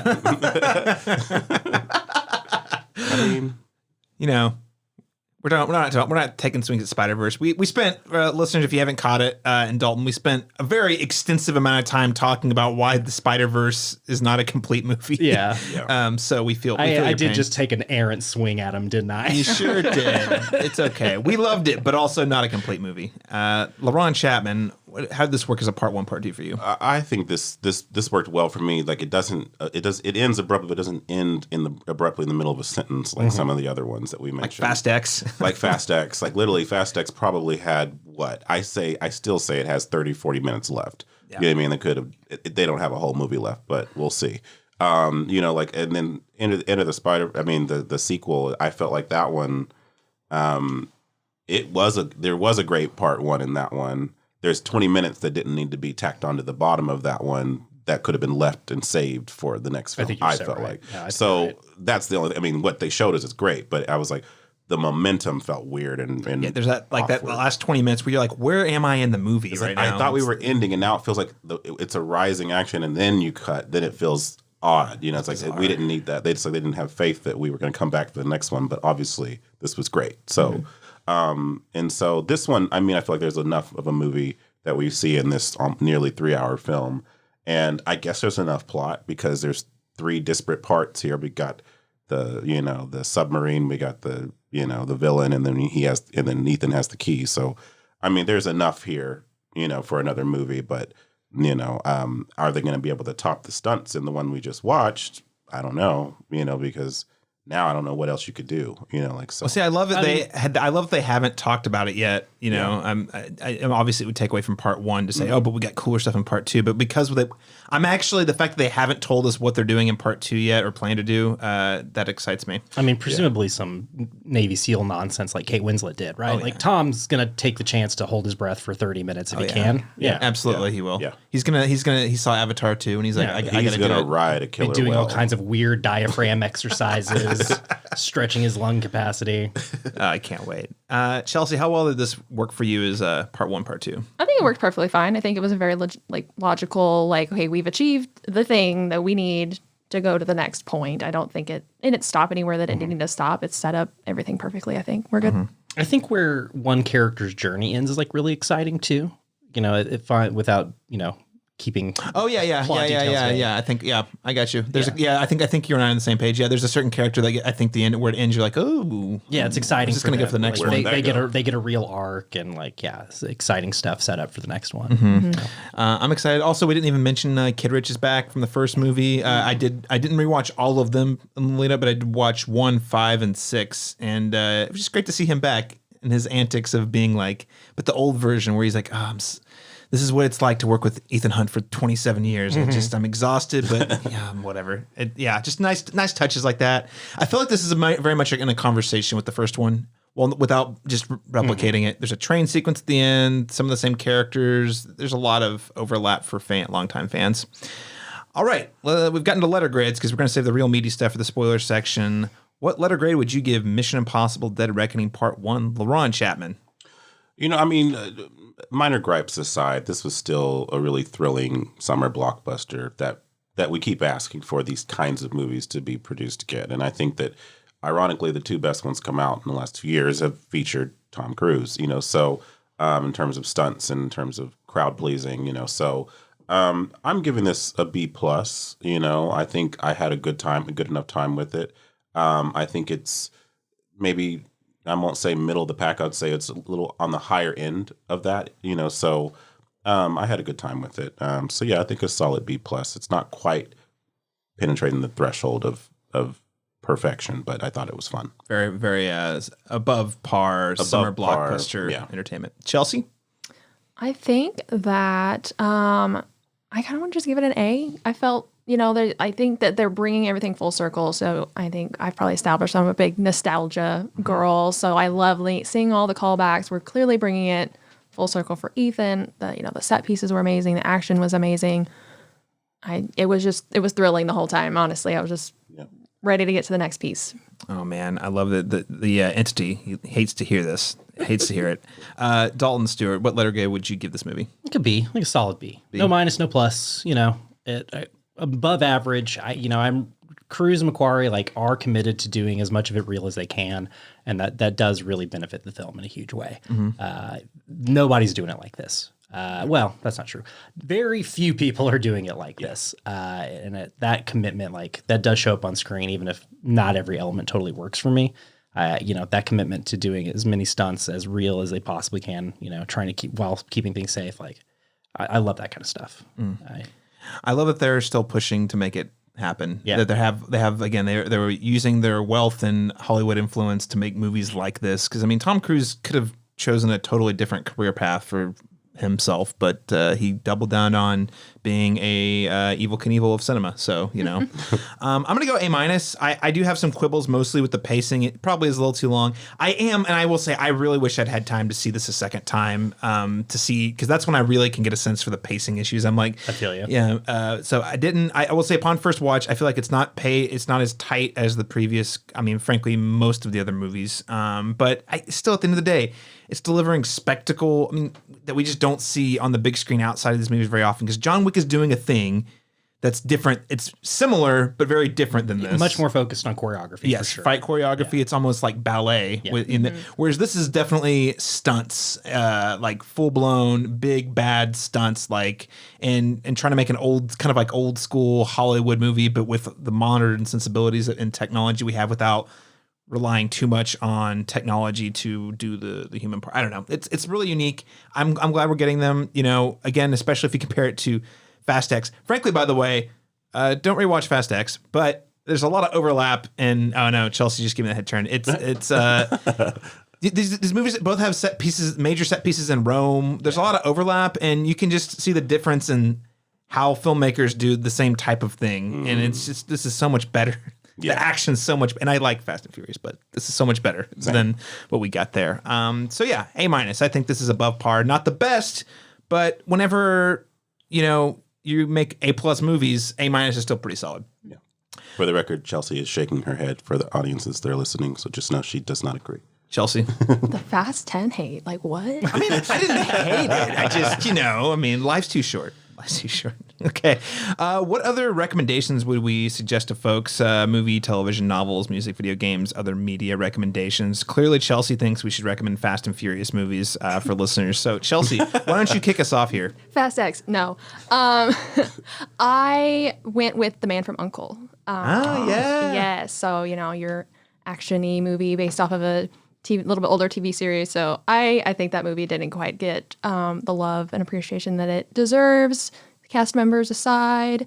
Yes, Man from U.N.C.L.E. Just great movie. Love it. Watch it. Enjoy it. It's super fun. I also didn't mention, I know it was for sure that he was not coming back if you've watched the end of Mission Impossible Fallout, but I will say there was no character that lived up to Henry Cavill. That was a void that was definitely not filled. For sure. Nobody can live Nobody up to can. Henry Cavill. Not that mustache. Come on. Reloading them hands. Oh my gosh. Yeah, it was missing that element. And again, he was always a film character, but I definitely missed the energy he brought to that last one. Yeah. Laron Chapman, what would you recommend to listeners? I recently rewatched this. I guess it's more than a trilogy, but is the Bourne trilogy. I really enjoyed those. First three are the only ones that matter. That's true. Okay, cool. Then the trilogy. I love all three of those. I think that each one gets better. Then I think the third one's the best entry. So dealing with again impossible stakes, one man versus an entire system, and I think that they have aged very well. All three of them still have a really great, concise, and impactful, vibe to them. So, all right, yeah, Bourne. It's good to hear those have aged well. I was somewhat worried they would feel very George W. Bush era politics type thing. I can't say that that's not there, but I think the emotional stakes and the the tension is still there. So I even on rewatch, Craig had never seen them, so we watched them all. I'm due for a rewatch, and I don't own them at all, so that means naturally I need to buy them on 4K to watch them. Absolutely. Right? Yeah, right. All right. Dalton, Stuart, what would you recommend to listeners? Well, you were just talking about the different directions Cruise could have gone with his career, and while this is still acting, it is much more like physical performance oriented. So I would say go back earlier in his career at what is kind of like, I think, a key split in the woods, a key fork in the road for him, and check out Stanley Kubrick's Eyes Wide Shut. Watch him, if all you know is him being Ethan Hunt, the coolest guy in the world, watch him be the biggest dipshit in the world who can't stop cucking himself in his own mind and just like ruining his own life because of his own insecurity. I wore the wrong shirt. I just bought an Eyes Wide Shut shirt the other day, so would have loved to have that little moment there. But yeah, he's just so good in that. Like, I don't know if he's ever been as good as he is in that. He's so incredible. Definitely, probably got to be some of the in terms of emotional performance. That's that and Magnolia. Those are the two Cruise performances I like hinge on. Like, but for sure, he's just I wish he would do it again. I wish he would let somebody like a PTA, or obviously Kubrick's dad, but like I wish he would let like a bold director really direct him. And it seems like he is at a point in his career where he wants to be the head cook. Yeah, I mean, the first name you see on screen is a Tom Cruise production. Yes, right. He gets billing above the director, so I think that's where he's at in his career, and that's the kind of stuff he wants to do. But I'd like to see him make some bold risks. Me too. He's actually a good actor. Yeah. So I mean, that's the thing. Is like sometimes these films, like you can even see it. He has that star quality even still at his age in these action spectacles in a way that like Liam Neeson or some of those other who are also still acting in these things. You can see the discrepancy where he still has it, he still got it, But we forget he also is a bona fide actor, know, so. Yeah. I was really partial. I mean, Minority Report's a favorite Spielberg, and I think he's actually good. I think that one was really nice because it kind of gave him some actual acting to do, in addition to all of the action, physical stunt stuff that he does so well. He's really good in that. Just so haunted. Mm-hmm. Yeah, he wears it on the look on his face when his it's good stuff. I'm just gonna say it again. Uncharted video games. If you have a PlayStation 3, 4, or 5, you can access all of them. I would highly recommend you check out Uncharted 2 as part of the Thieves Legacy collection. I don't know, whatever it is. Uncharted 2 is the best one. Uncharted 4 is also very, very good. All of them are great, but those are the ones I'd recommend. If you really enjoy the stressful, frenetic energy of the train sequence, and you're like, what if I was actually controlling the thing and it was like that for 20 hours? Those are the Uncharted games, so check them out. Highly recommend. All right. We got to rank the movies before we get into spoilers, though. I mean, we're not reviewing an IP if we're not ranking things. So, Dalton, Stuart, I'll throw it back to you. Start us off here. How would you rank the Mission Impossible movies? Give me a second. Okay. We gotta go to the deep places. All right, Fallout #1 with a bullet. And you know what? Fuck it. Rogue Nation right under that. Get it, Christopher McQuarrie. #3, we're gonna go ahead and say the first one. Get it, De Palma. That CIA break-in is so cool. The smallest action set pieces of the franchise, but like a real corker, like a good spy movie, just really solid. Boom, Mission Impossible 3, one of the weaker ones, really, but come on, my boy Philip, come on, you got a wife, girlfriend, fucking incredible, man. Then Ghost Protocol, then 2. That feels right. Wait, but Dead Reckoning Part 1. Oh, I left out Dead Reckoning Part 1. Okay, so go ahead and put in Dead Reckoning just above Ghost Protocol. Okay, right underneath 3. Above Ghost Protocol, under 3. Okay, all right. Laron Chapman. Man, I've been rethinking this whole time I've been sitting here, but you know it's tough. This is a tough one to rank. Fallout is absolutely the first one for me. Rogue Nation's right behind that. You know what? I really like Dead Reckoning. I mean, maybe it won't age as well as time goes on, so I'm going to go ahead and put that in third spot. Then I'm putting 3 because, again, I think it's probably behind 2 in terms of action stunts and everything is probably the weakest. Definitely. But man, like you said, one actor can elevate. We're talking about Jason Momoa, Fast X. One actor can elevate a film like to higher heights, and so I will rewatch that one for his performance. Yep. Then I'm gonna go original Mission Impossible, then Ghost Protocol, and then MI2. Mine too. Which even at the time, at the young age that I was when I saw it, didn't like it. and it is aged like sour milk. It's aged. That's the one entry in the franchise I think that has not aged well. It's aged even worse than the De Palma movie from the 90s. It's interesting though.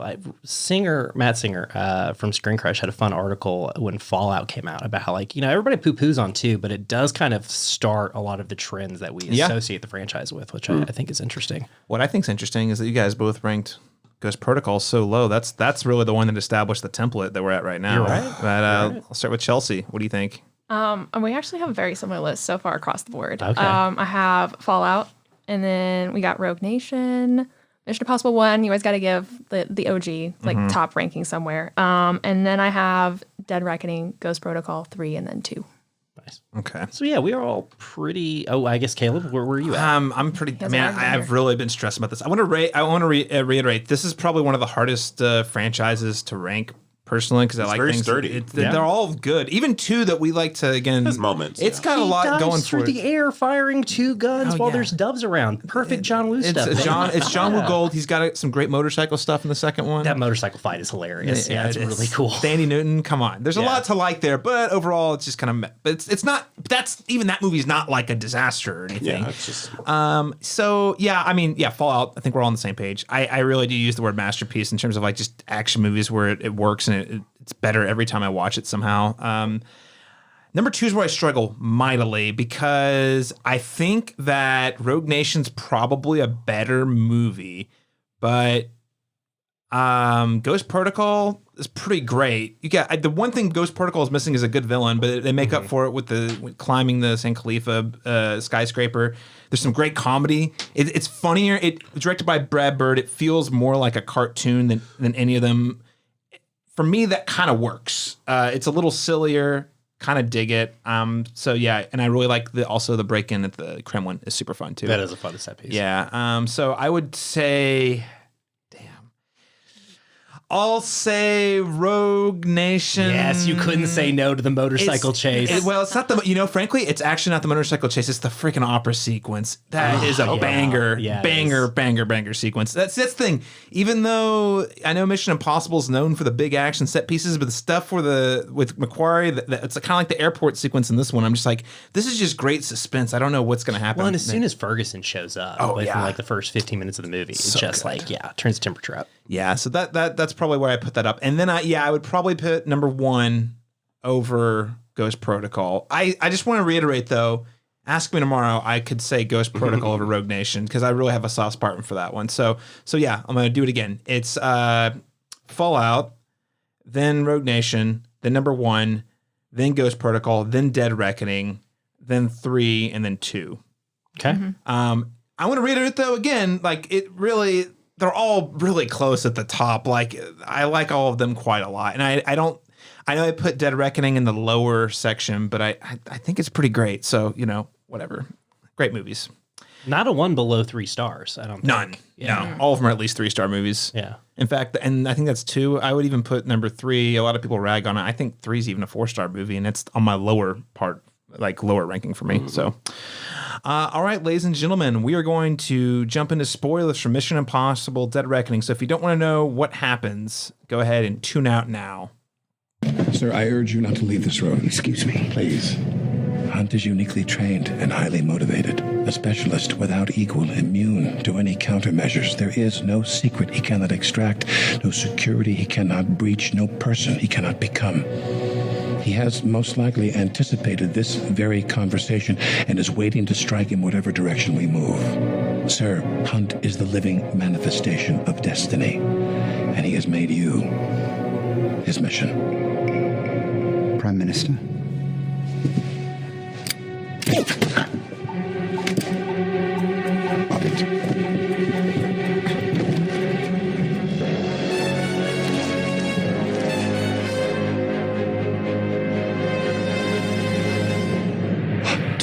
So much to unpack. Number 1 question we have to ask ourselves, and this has been kind of at least on the film internet, been kind of the joke for at least the last 2 Mission Impossible movies.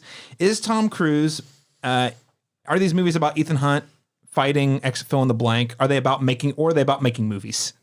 You know what I mean? Yeah. Because they come up with these absurd tasks that they have to do. They have an impossible mission, which is to satisfy the audiences, and they always figure out a way to do it, just like Ethan Hunt in the movies.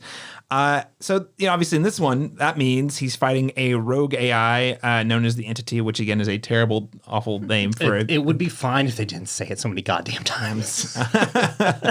And I think it's just so interesting that the movie is released the day before the SAG went on strike, with AI being a major part of the reason for the strike. So what is your read on this entry as an analog to making movies? What do you guys think? Laron? Well, the movies have always told the future. And by the movies, I mean The Simpsons.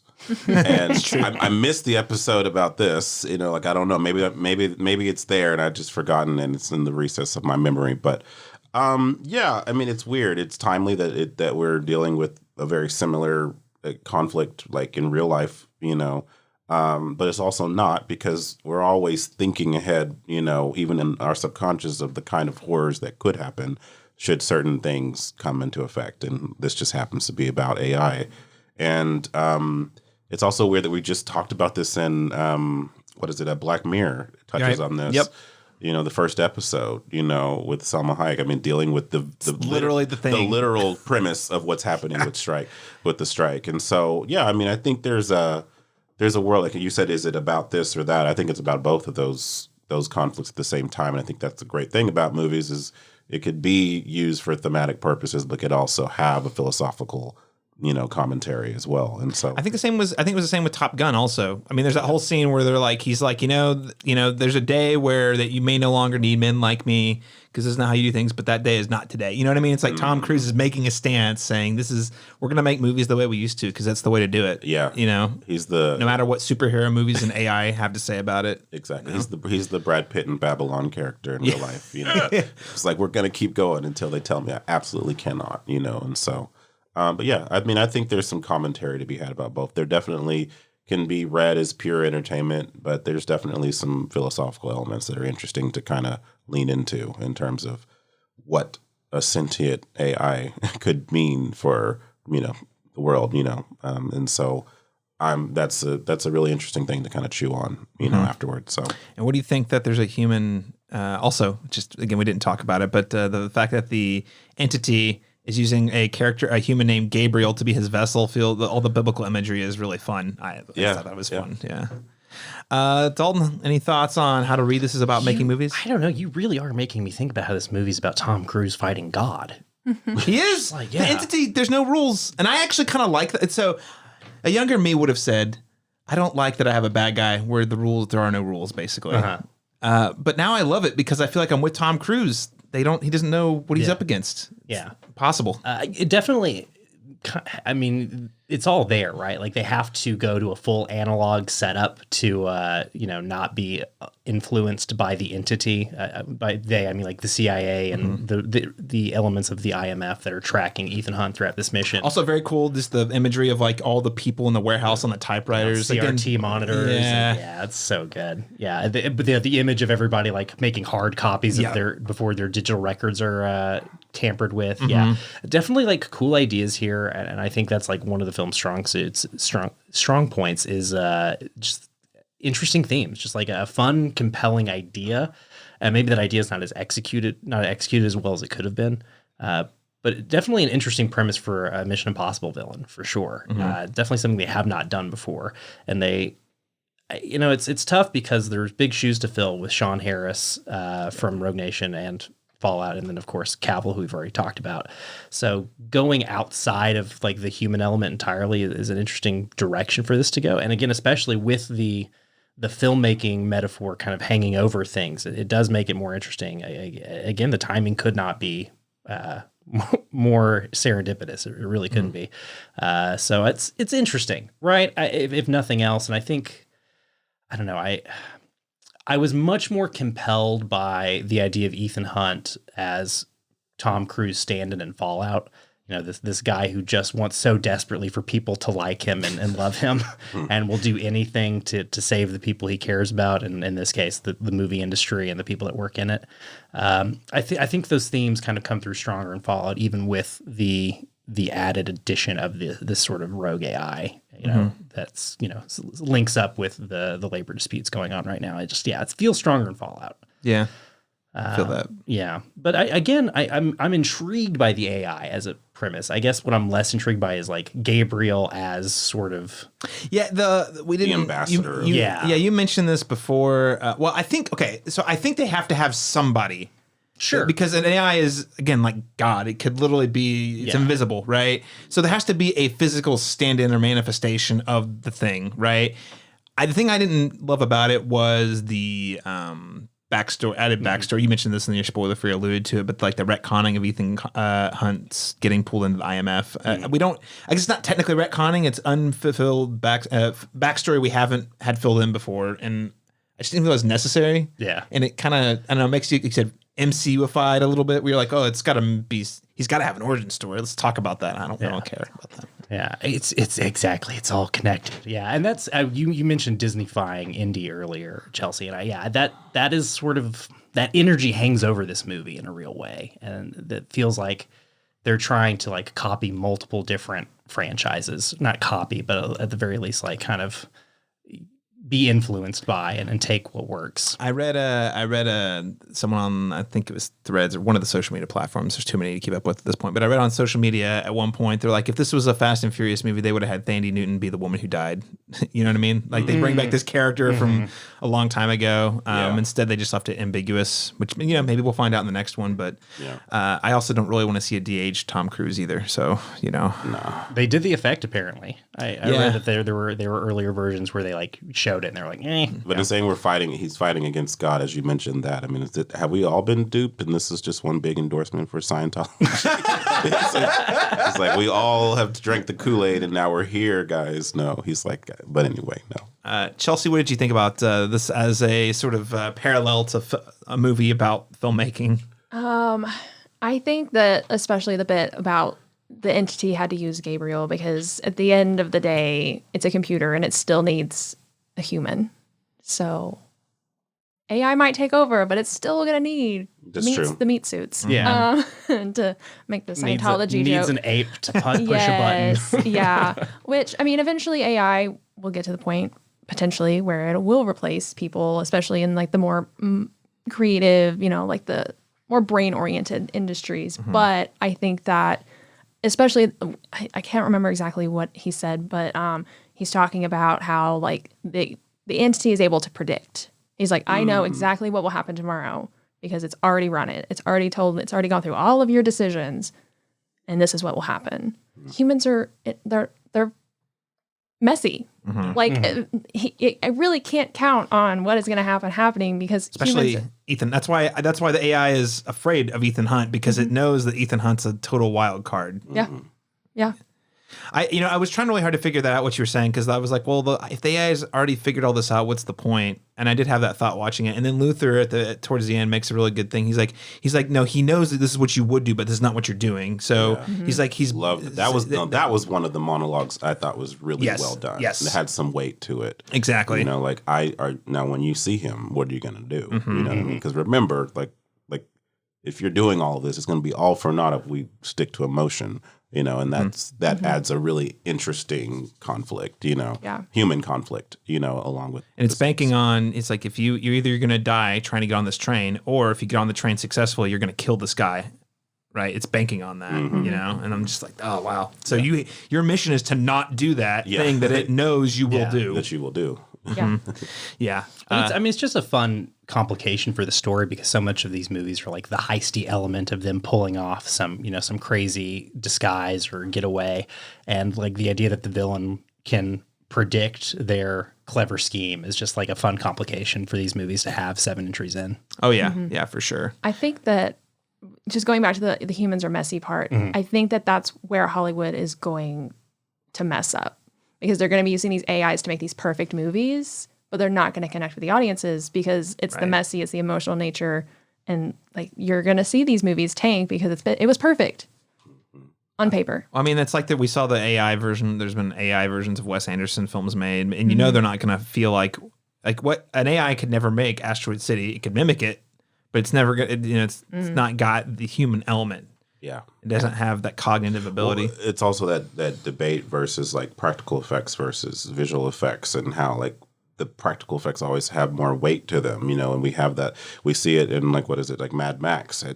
That movie is going to age beautifully because of how they did take the time, the taxing time to make all of those stunts have substance and something tangible. Whereas like the remake to like The Thing, you know what I mean, with Mary Elizabeth Winstead, even though they recreated certain scenes, it looks shitty because it's like that technology is going to age just 2 years after that movie releases. And so, so there's just that element of like, when you put in that human element, that craft that only can be created by human hands and human minds and human thoughts, that's going to be, a crossroads for us, because like movies are going to feel empty and devoid of emotion, if we start going this route where we don't need that human element, those actors in it. So. Well, what's the point? But my genuine question is, what's the actual point? Yeah. Output. Yeah. Output. Well, yeah. I know content. Yeah. I got it. I get Money it. without. I know that, but I mean, you're right though. People aren't going to like if the whole point of movies is people telling stories about people, and if it's an AI telling stories about people, it's missing the things. And why would people watch that? Right. You hear people be like, all I want is another Tim Burton, Michael Keaton Batman movie. And it does make you think there is a like portion of the film going populace that would be fine with their AI slop. That's true. And it's very depressing. Yeah, it is. Yeah. Yeah. Because a group will watch that. That's the thing, is if they can remove all of what they're going to have to pay for in terms of salaries and everything like that, there's still going to be an audience that will keep that group alive. Yeah, but I mean, where were they for The Flash? If we're using that example, $55 million worth of them are there. Yeah. But I guess if it's cheaper to make, I guess it won't matter. That's what I'm saying. They're not paying the millions of dollars to the actors, so we'll still have content. It'll be shitty, and people will go watch it, but they're also not paying all this. So it's like it's going to be a lot cheaper to make and produce, and at some point, all of us will just be sitting here like. That's why I think that we wield the power, honestly. You know what I mean, to reverse this. So I mean, as much as I'm like, I love watching shit, and as much as I'm gonna go to Barbenheimer this next, but I'm thinking of everyone else that worked on those films, not the big machine that's gonna benefit the most from it. But like our streaming services, that's one way. I mean, if we all collectively did that at once, it might get their attention. You know what I mean? Because they can't make money without those subscribers, and so. I think at some point the strike is going to be incumbent upon us to get involved with it too, if it doesn't go the way that we need it to for the writers and the actors. That's the next phase, I would say, is our input, our contribution. And if they're not making content, it's not going to fucking matter, because we're not watching anything, because nothing new is going to come out. So we can actually stand to lose those streaming services for a year. You know what I mean? Like, just to let them see how much money they could lose if collectively as a body, like, we decide that we're not going to let that happen. Well, I mean, what's going to happen when people find out they can't get their next season of Game of Thrones or whatever the most popular show is? I don't know. Yellowstone. Huh? Yellowstone. That's the one.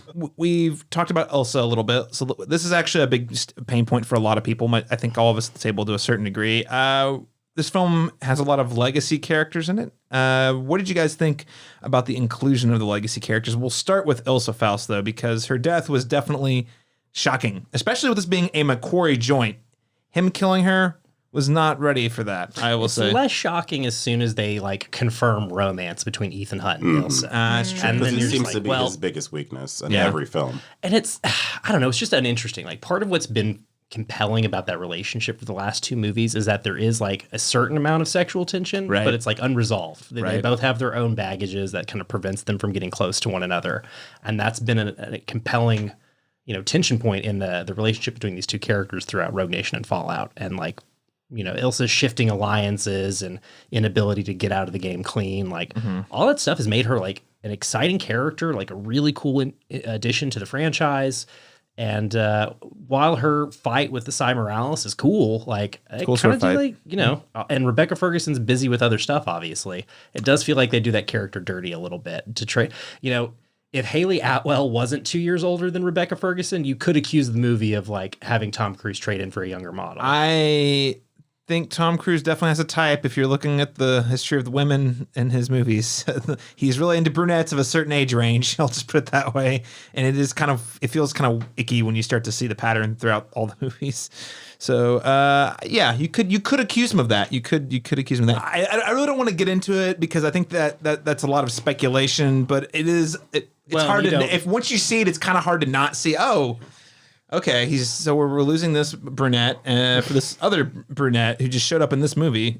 He also happens to have a kind of a romantic tension with, you know. Yeah. I don't want to alarm anybody, but I just showed Chelsea, like, my phone just did an update, and it says, Hollywood Reporter, all the Mission Impossible movies ranked, including Dead Reckoning.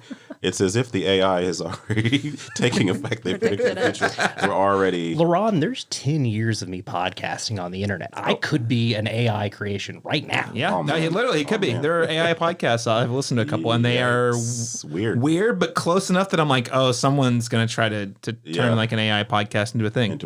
Yeah, it's weird. I don't like it. No. But yeah, I mean, what did you guys think? Chelsea, I know you were pretty upset about how they handled Ilsa Faust. I mean, elaborate here. Like you said, they finally confirmed some legitimate romantic connection here, and you're gonna refrigerate her. Yeah, man. And immediately. With her replacement standing over her dead body, okay. Yeah. Fine, I guess. But yeah, it was just icky. Also, how'd she get Palm Clementif's sword? How'd that happen? And also, she was known as a deadly sniper, and she pulled out I mean, it was a cool moment. Don't get me wrong. Yeah, it's sick. But yeah, I was not expecting that to be the way she would go. Yeah. It was cool looking. Yeah. But yeah. Her with the eye patch in the desert. Oh, that was cool. So sick. Yeah.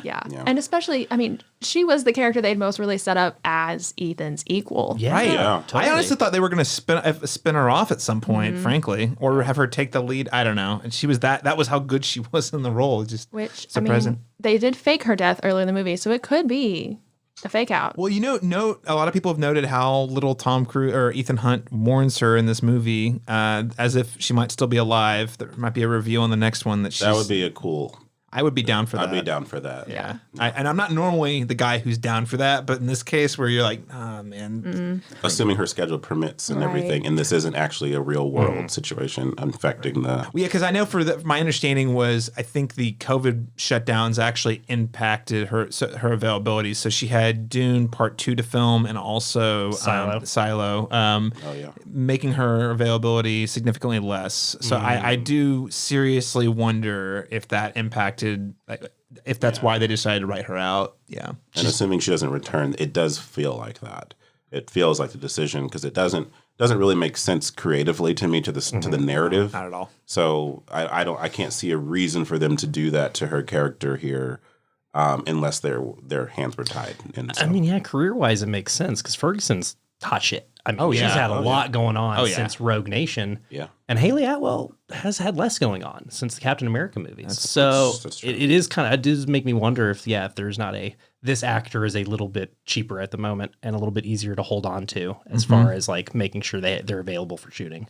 And Tom approves. So, Well. Hey, what'd you guys think of Kitteridge? Any other thoughts on the legacy character? The White Widow, I didn't realize she was going to be in this movie, so that was great to see her back. Also, apparently related to the character from the first one, Max, right? Yeah, they confirmed that in the first Did they really? Fallout. And last time? Oh, man, I totally missed out on that. And I've seen Fallout. That's great. What a nice touch. Yeah. So when she sits down with Kitteridge and he was all like, yeah, I knew your mom or whatever, I was like, oh, shit, that's cool.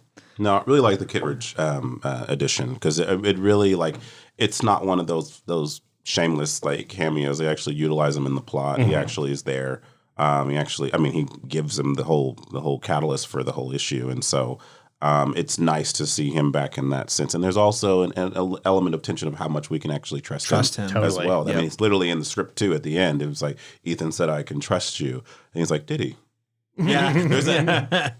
So are we? Especially after the first movie, where the whole time it's clear that they don't trust each other. Right. I'm wondering with the Kitteridge character, did you guys know? Were you pretty sure he was going to be the buyer? Because I also, that moment took me by the surprise. I was trying to figure out. I was like, who's the buyer going to be? I figured it would be Kittredge. I was surprised when they brought back Carrie Ellis as the director of national intelligence. When that character came back, that was honestly more surprising. I was like, oh, okay, he's still around. Wait, which one was he in? He's in Rogue. I just mean like from the early scenes in Oh, the, yeah, like, the yeah, yeah, briefing. yeah. They Yeah, bring yeah, it yeah, back yeah. at the end of the movie. Yeah, that was surprising to me. I was very surprised to see him killed so quickly. I didn't know he was in the movie either. So I was like, oh, Carrie Lewis is here, great, and he had a very eccentric kind of character that he was playing, and doing a Metal Gear Solid voice. yes, it was great. I'm glad I'm not the only one who noticed. He felt like a Metal Gear Solid character, hardcore. Totally. Well, I mean that whole scene. sequence in the beginning felt like right out of a Metal Gear Solid game. And I guess I wish the movie had more of that juice. Yeah, me too. Because I thought that was so. To some people, you would say that was a very clunky way to deliver lots of exposition, but it really felt of that vein where you're like, this is a video game cutscene, and it was great. I loved it. I don't know. Did we see? Is he dead for sure? Do we know? Is he super dead? Carrie Apples? Yeah. Oh yeah, he does hell. Okay, He he's has dead. throat slit. Yeah, he's done. He's done. Okay, all right. Damn. I'm curious what happens with Kittredge though. I like they found a way. They keep finding a way to make the idea of Ethan Hunt going rogue plausible within the plot. Every time. Disavowed in every single movie. Every movie. That somehow, like, the idea of, like, the IMF being who they work for and yet an entity they're not entirely sure they can trust is, like, always a fun complication in the plot. I also like how they make fun of it a little bit in this movie, which is kind of fun. He's like, the IMF, what, the bank? No, like, it's the Impossible Mission Force. And he's like, what? Seriously? We just leave word. We leave word, yeah. Leave word. Yeah, you leave word. Exactly. Oh, man. Okay, this is part two. Let's wind down the conversation talking about part two. This concludes with the AI still being aboard the Russian sub. And Gabriel's still on the run, but Ethan has the key, and Haley Atwell seems to be primed to be joining the IMF, which I think that was a fun scene you're alluding to. You're like, oh, cool. What do you guys expect to see in part two? I want more of this digital sarcophagus that Gabriel lays in, and he puts his little helmet on and communes with the AI. What is that about? Wild. Yeah, right? Makes watches too, you know? Yeah, to give me more of Gabriel's like AI high priest behaviors. Like what's his deal? What does the messenger of the god AI do with his free time? He likes to kill stuff. That's all we really know about him, I guess. I think that was a nice touch. The branding in particular was great. Chelsea, what do you want to see more of in the next one? Oh man, we're gonna see all of the legacy stuff still coming back because it's just the end. But I can't decide if I want to see Ethan Hunt bite it or become Kittredge. Be the director. Become the director. Like I don't know because he's gone rogue so many times. Would that even be possible? But maybe. Would he be a good director though? I don't feel like he'd be a good director. I mean, but it feels fitting. I mean, career wise, that would make sense. Yeah. But I don't know. He's like it's like Top Gun Maverick. He's like you should have been like ranked so much higher than you are, but you just want to be the rogue guy. Yeah. The Maverick. Let's see. Laron, what about you? What do you want to see? Yeah, I'm with Dalton. I want to see more. I want to see more explanation about the entity. You know what I mean? I want to see more like an exploration of what that is, like what the origin of that is. And again, Gabriel's, you know, like he seems to be the only one that knows, you know, like, and why is that? And, you know, like I'm curious to see, because it's just kind of exists as this omniscient thing in the Goes to parties though, we know that. well, there you go. Yeah. But just kind of like leaning more into what the threat is. Like we know what it can do, but like what are the mechanics of it? And maybe, you know, if you want to put some explanation, give me some exposition about that, you know, like just so, you know, to lay that out so it's not just like kind of this looming idea that's not really explored. I think that makes more sense for the second one. Yeah. I like the idea that we don't fully understand it in the first one, and the second one they can kind of like actually lay down some rules that our heroes can confront. Yeah, I mean, I don't want it to get exposition heavy, but it would be really nice to get a little more clarification on the Gabriel Ethan Hunt thing. I just feel like there's a lot. It's implied that there's so much personal stuff between, or as our good friend Kendall Roy would say, there's too much peanut butter between the two of them, you know. And I want to find out what's the peanut butter. How did that happen? I don't want a whole dump, but Yeah. I don't fully buy Ethan Hunt's emotional stakes around this guy yet. This guy, yeah. Well, and it's the AI clearly picked Gabriel because it somehow calculated that it perceived Ethan Hunt as its greatest threat. Right. Why Gabriel is even the person. Exactly. So I want to see the why. What about Ethan Hunt? Other than that fact that he's just death defying in every turn that the AI Picked him. Mm-hmm. Picked him as a threat, and and then like what did Gabriel do to him that was so terrible that he would want to kill him? Mm-hmm. I don't know if I'm alone in this. Do you guys ever like find yourself thinking about what they would do, like what the contingency plan is if Tom dies in a stunt? Like surely him and Macquarie have like a document that's to be opened on Tom's untimely demise. So there's this thing called AI. They've scanned his likeness, you see. It'll become really meta, really timely, really quick. No shit. I do genuinely. I looked at watched an interview with Macquarie on this press tour, and they I think it was with Collider, and they asked him like, "Hey, do you guys talk about it?" And he's like, "Well, I mean, we don't talk about it, but we all just assume that is obviously a possible outcome."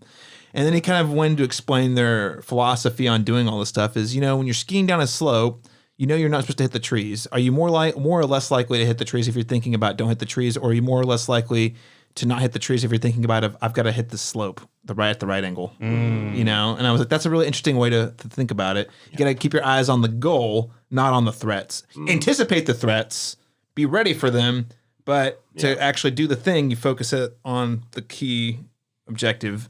And I was like, that is bold and interesting and risky. Exactly. Yeah, because I don't know, call me a fanboy, but I am much more interested in the Chad Stahelski school of let's do this as safe as we possibly fucking can. Right. So we can make it look as cool as we can without anybody getting hurt. And they just like put a lot more people in danger in those movies. Like you don't have 30 stuntmen getting hit by cars in a Mission Impossible movie.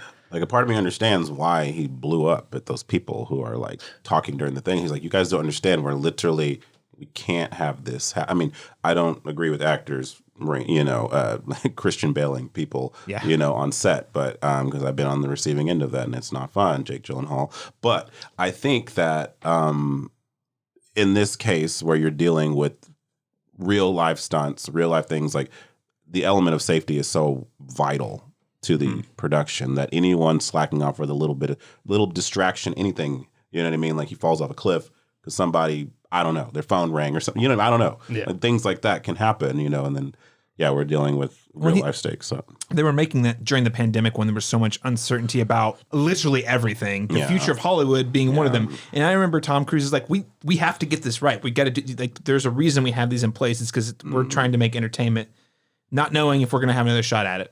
Yeah, you know what I mean? Yeah. It's again not necessarily polite or ethical, but you empathize with the frustration. The assertiveness is necessary. I don't especially know if you had as to say it that way, but there's as the actor and executive producer too. So. This calls back to a very recent text conversation I had with my friends about this actual very topic. And he's an alien in a meat suit, so the scientists they've already cloned him. Oh yeah. So he'll just pop back up. Of course. Yeah. That actually makes perfect sense. They'll just. In fact, we might even be on like the 5th Tom already, and we just didn't know it. Yeah. Man. This guy fast. Scientology. All right, guys. Well, I think we're out of time for today. Thanks so much for joining us to talk about all the things, including Mission Impossible Dead Reckoning Part 1. Can't wait for Part 2. Definitely not going to hit that release date next summer. Absolutely not going to happen. So we'll see it when we see it, I guess. Power to the writers, power to the actors, solidarity. You're going to win. Keep it up. Dalton Stuart, where can people find you on the internet? You can find me at most places at Dollywood Squares. It's Threads, Insta. I'm not on Twitter anymore. Letterboxd. You got to drop the A in Squares for the Letterboxd handle because of character limits. But yeah, Dollywood Squares in most places, and you can hear me every single week on the GoodTrash genre cast. We are currently doing our 2nd annual Summer of Lists. We took July off from watching movies and made some countdown lists. Fun. So we're doing top directors, top TV shows, favorite actors, and 10 films to teach the 90s. So Ooh, 10 films to teach in the 90s. That's a good one. technically 30-ish films because we all did separate lists. Yeah. All right. But yeah, that's what we're doing over there right now. So go check that out on your podcatcher of choice. GoodTrash GenreCast every single week. Awesome. Thanks, Dalton. Laron Chapman, where can people follow you online? You can follow all of my film reviews on Letterboxd at black_Cine_man, or you can follow me on social media for random musings on Facebook and Instagram under my name. Chelsea Ratterman?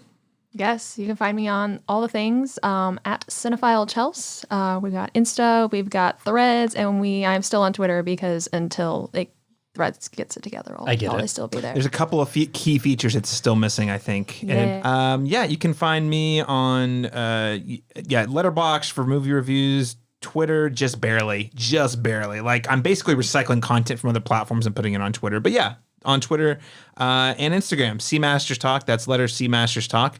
You can follow all of our work here at the cinematropolis.com. Like I said, lots of good stuff coming your way. You can find us on Facebook at facebook.com/the Cinematropolis, Twitter at the Cinematrop, and Instagram and now Threads, the Cinematrop. Thank you so much for joining us, everyone. We can't wait to join you again in our next episode when we talk about Christopher Nolan's Oppenheimer.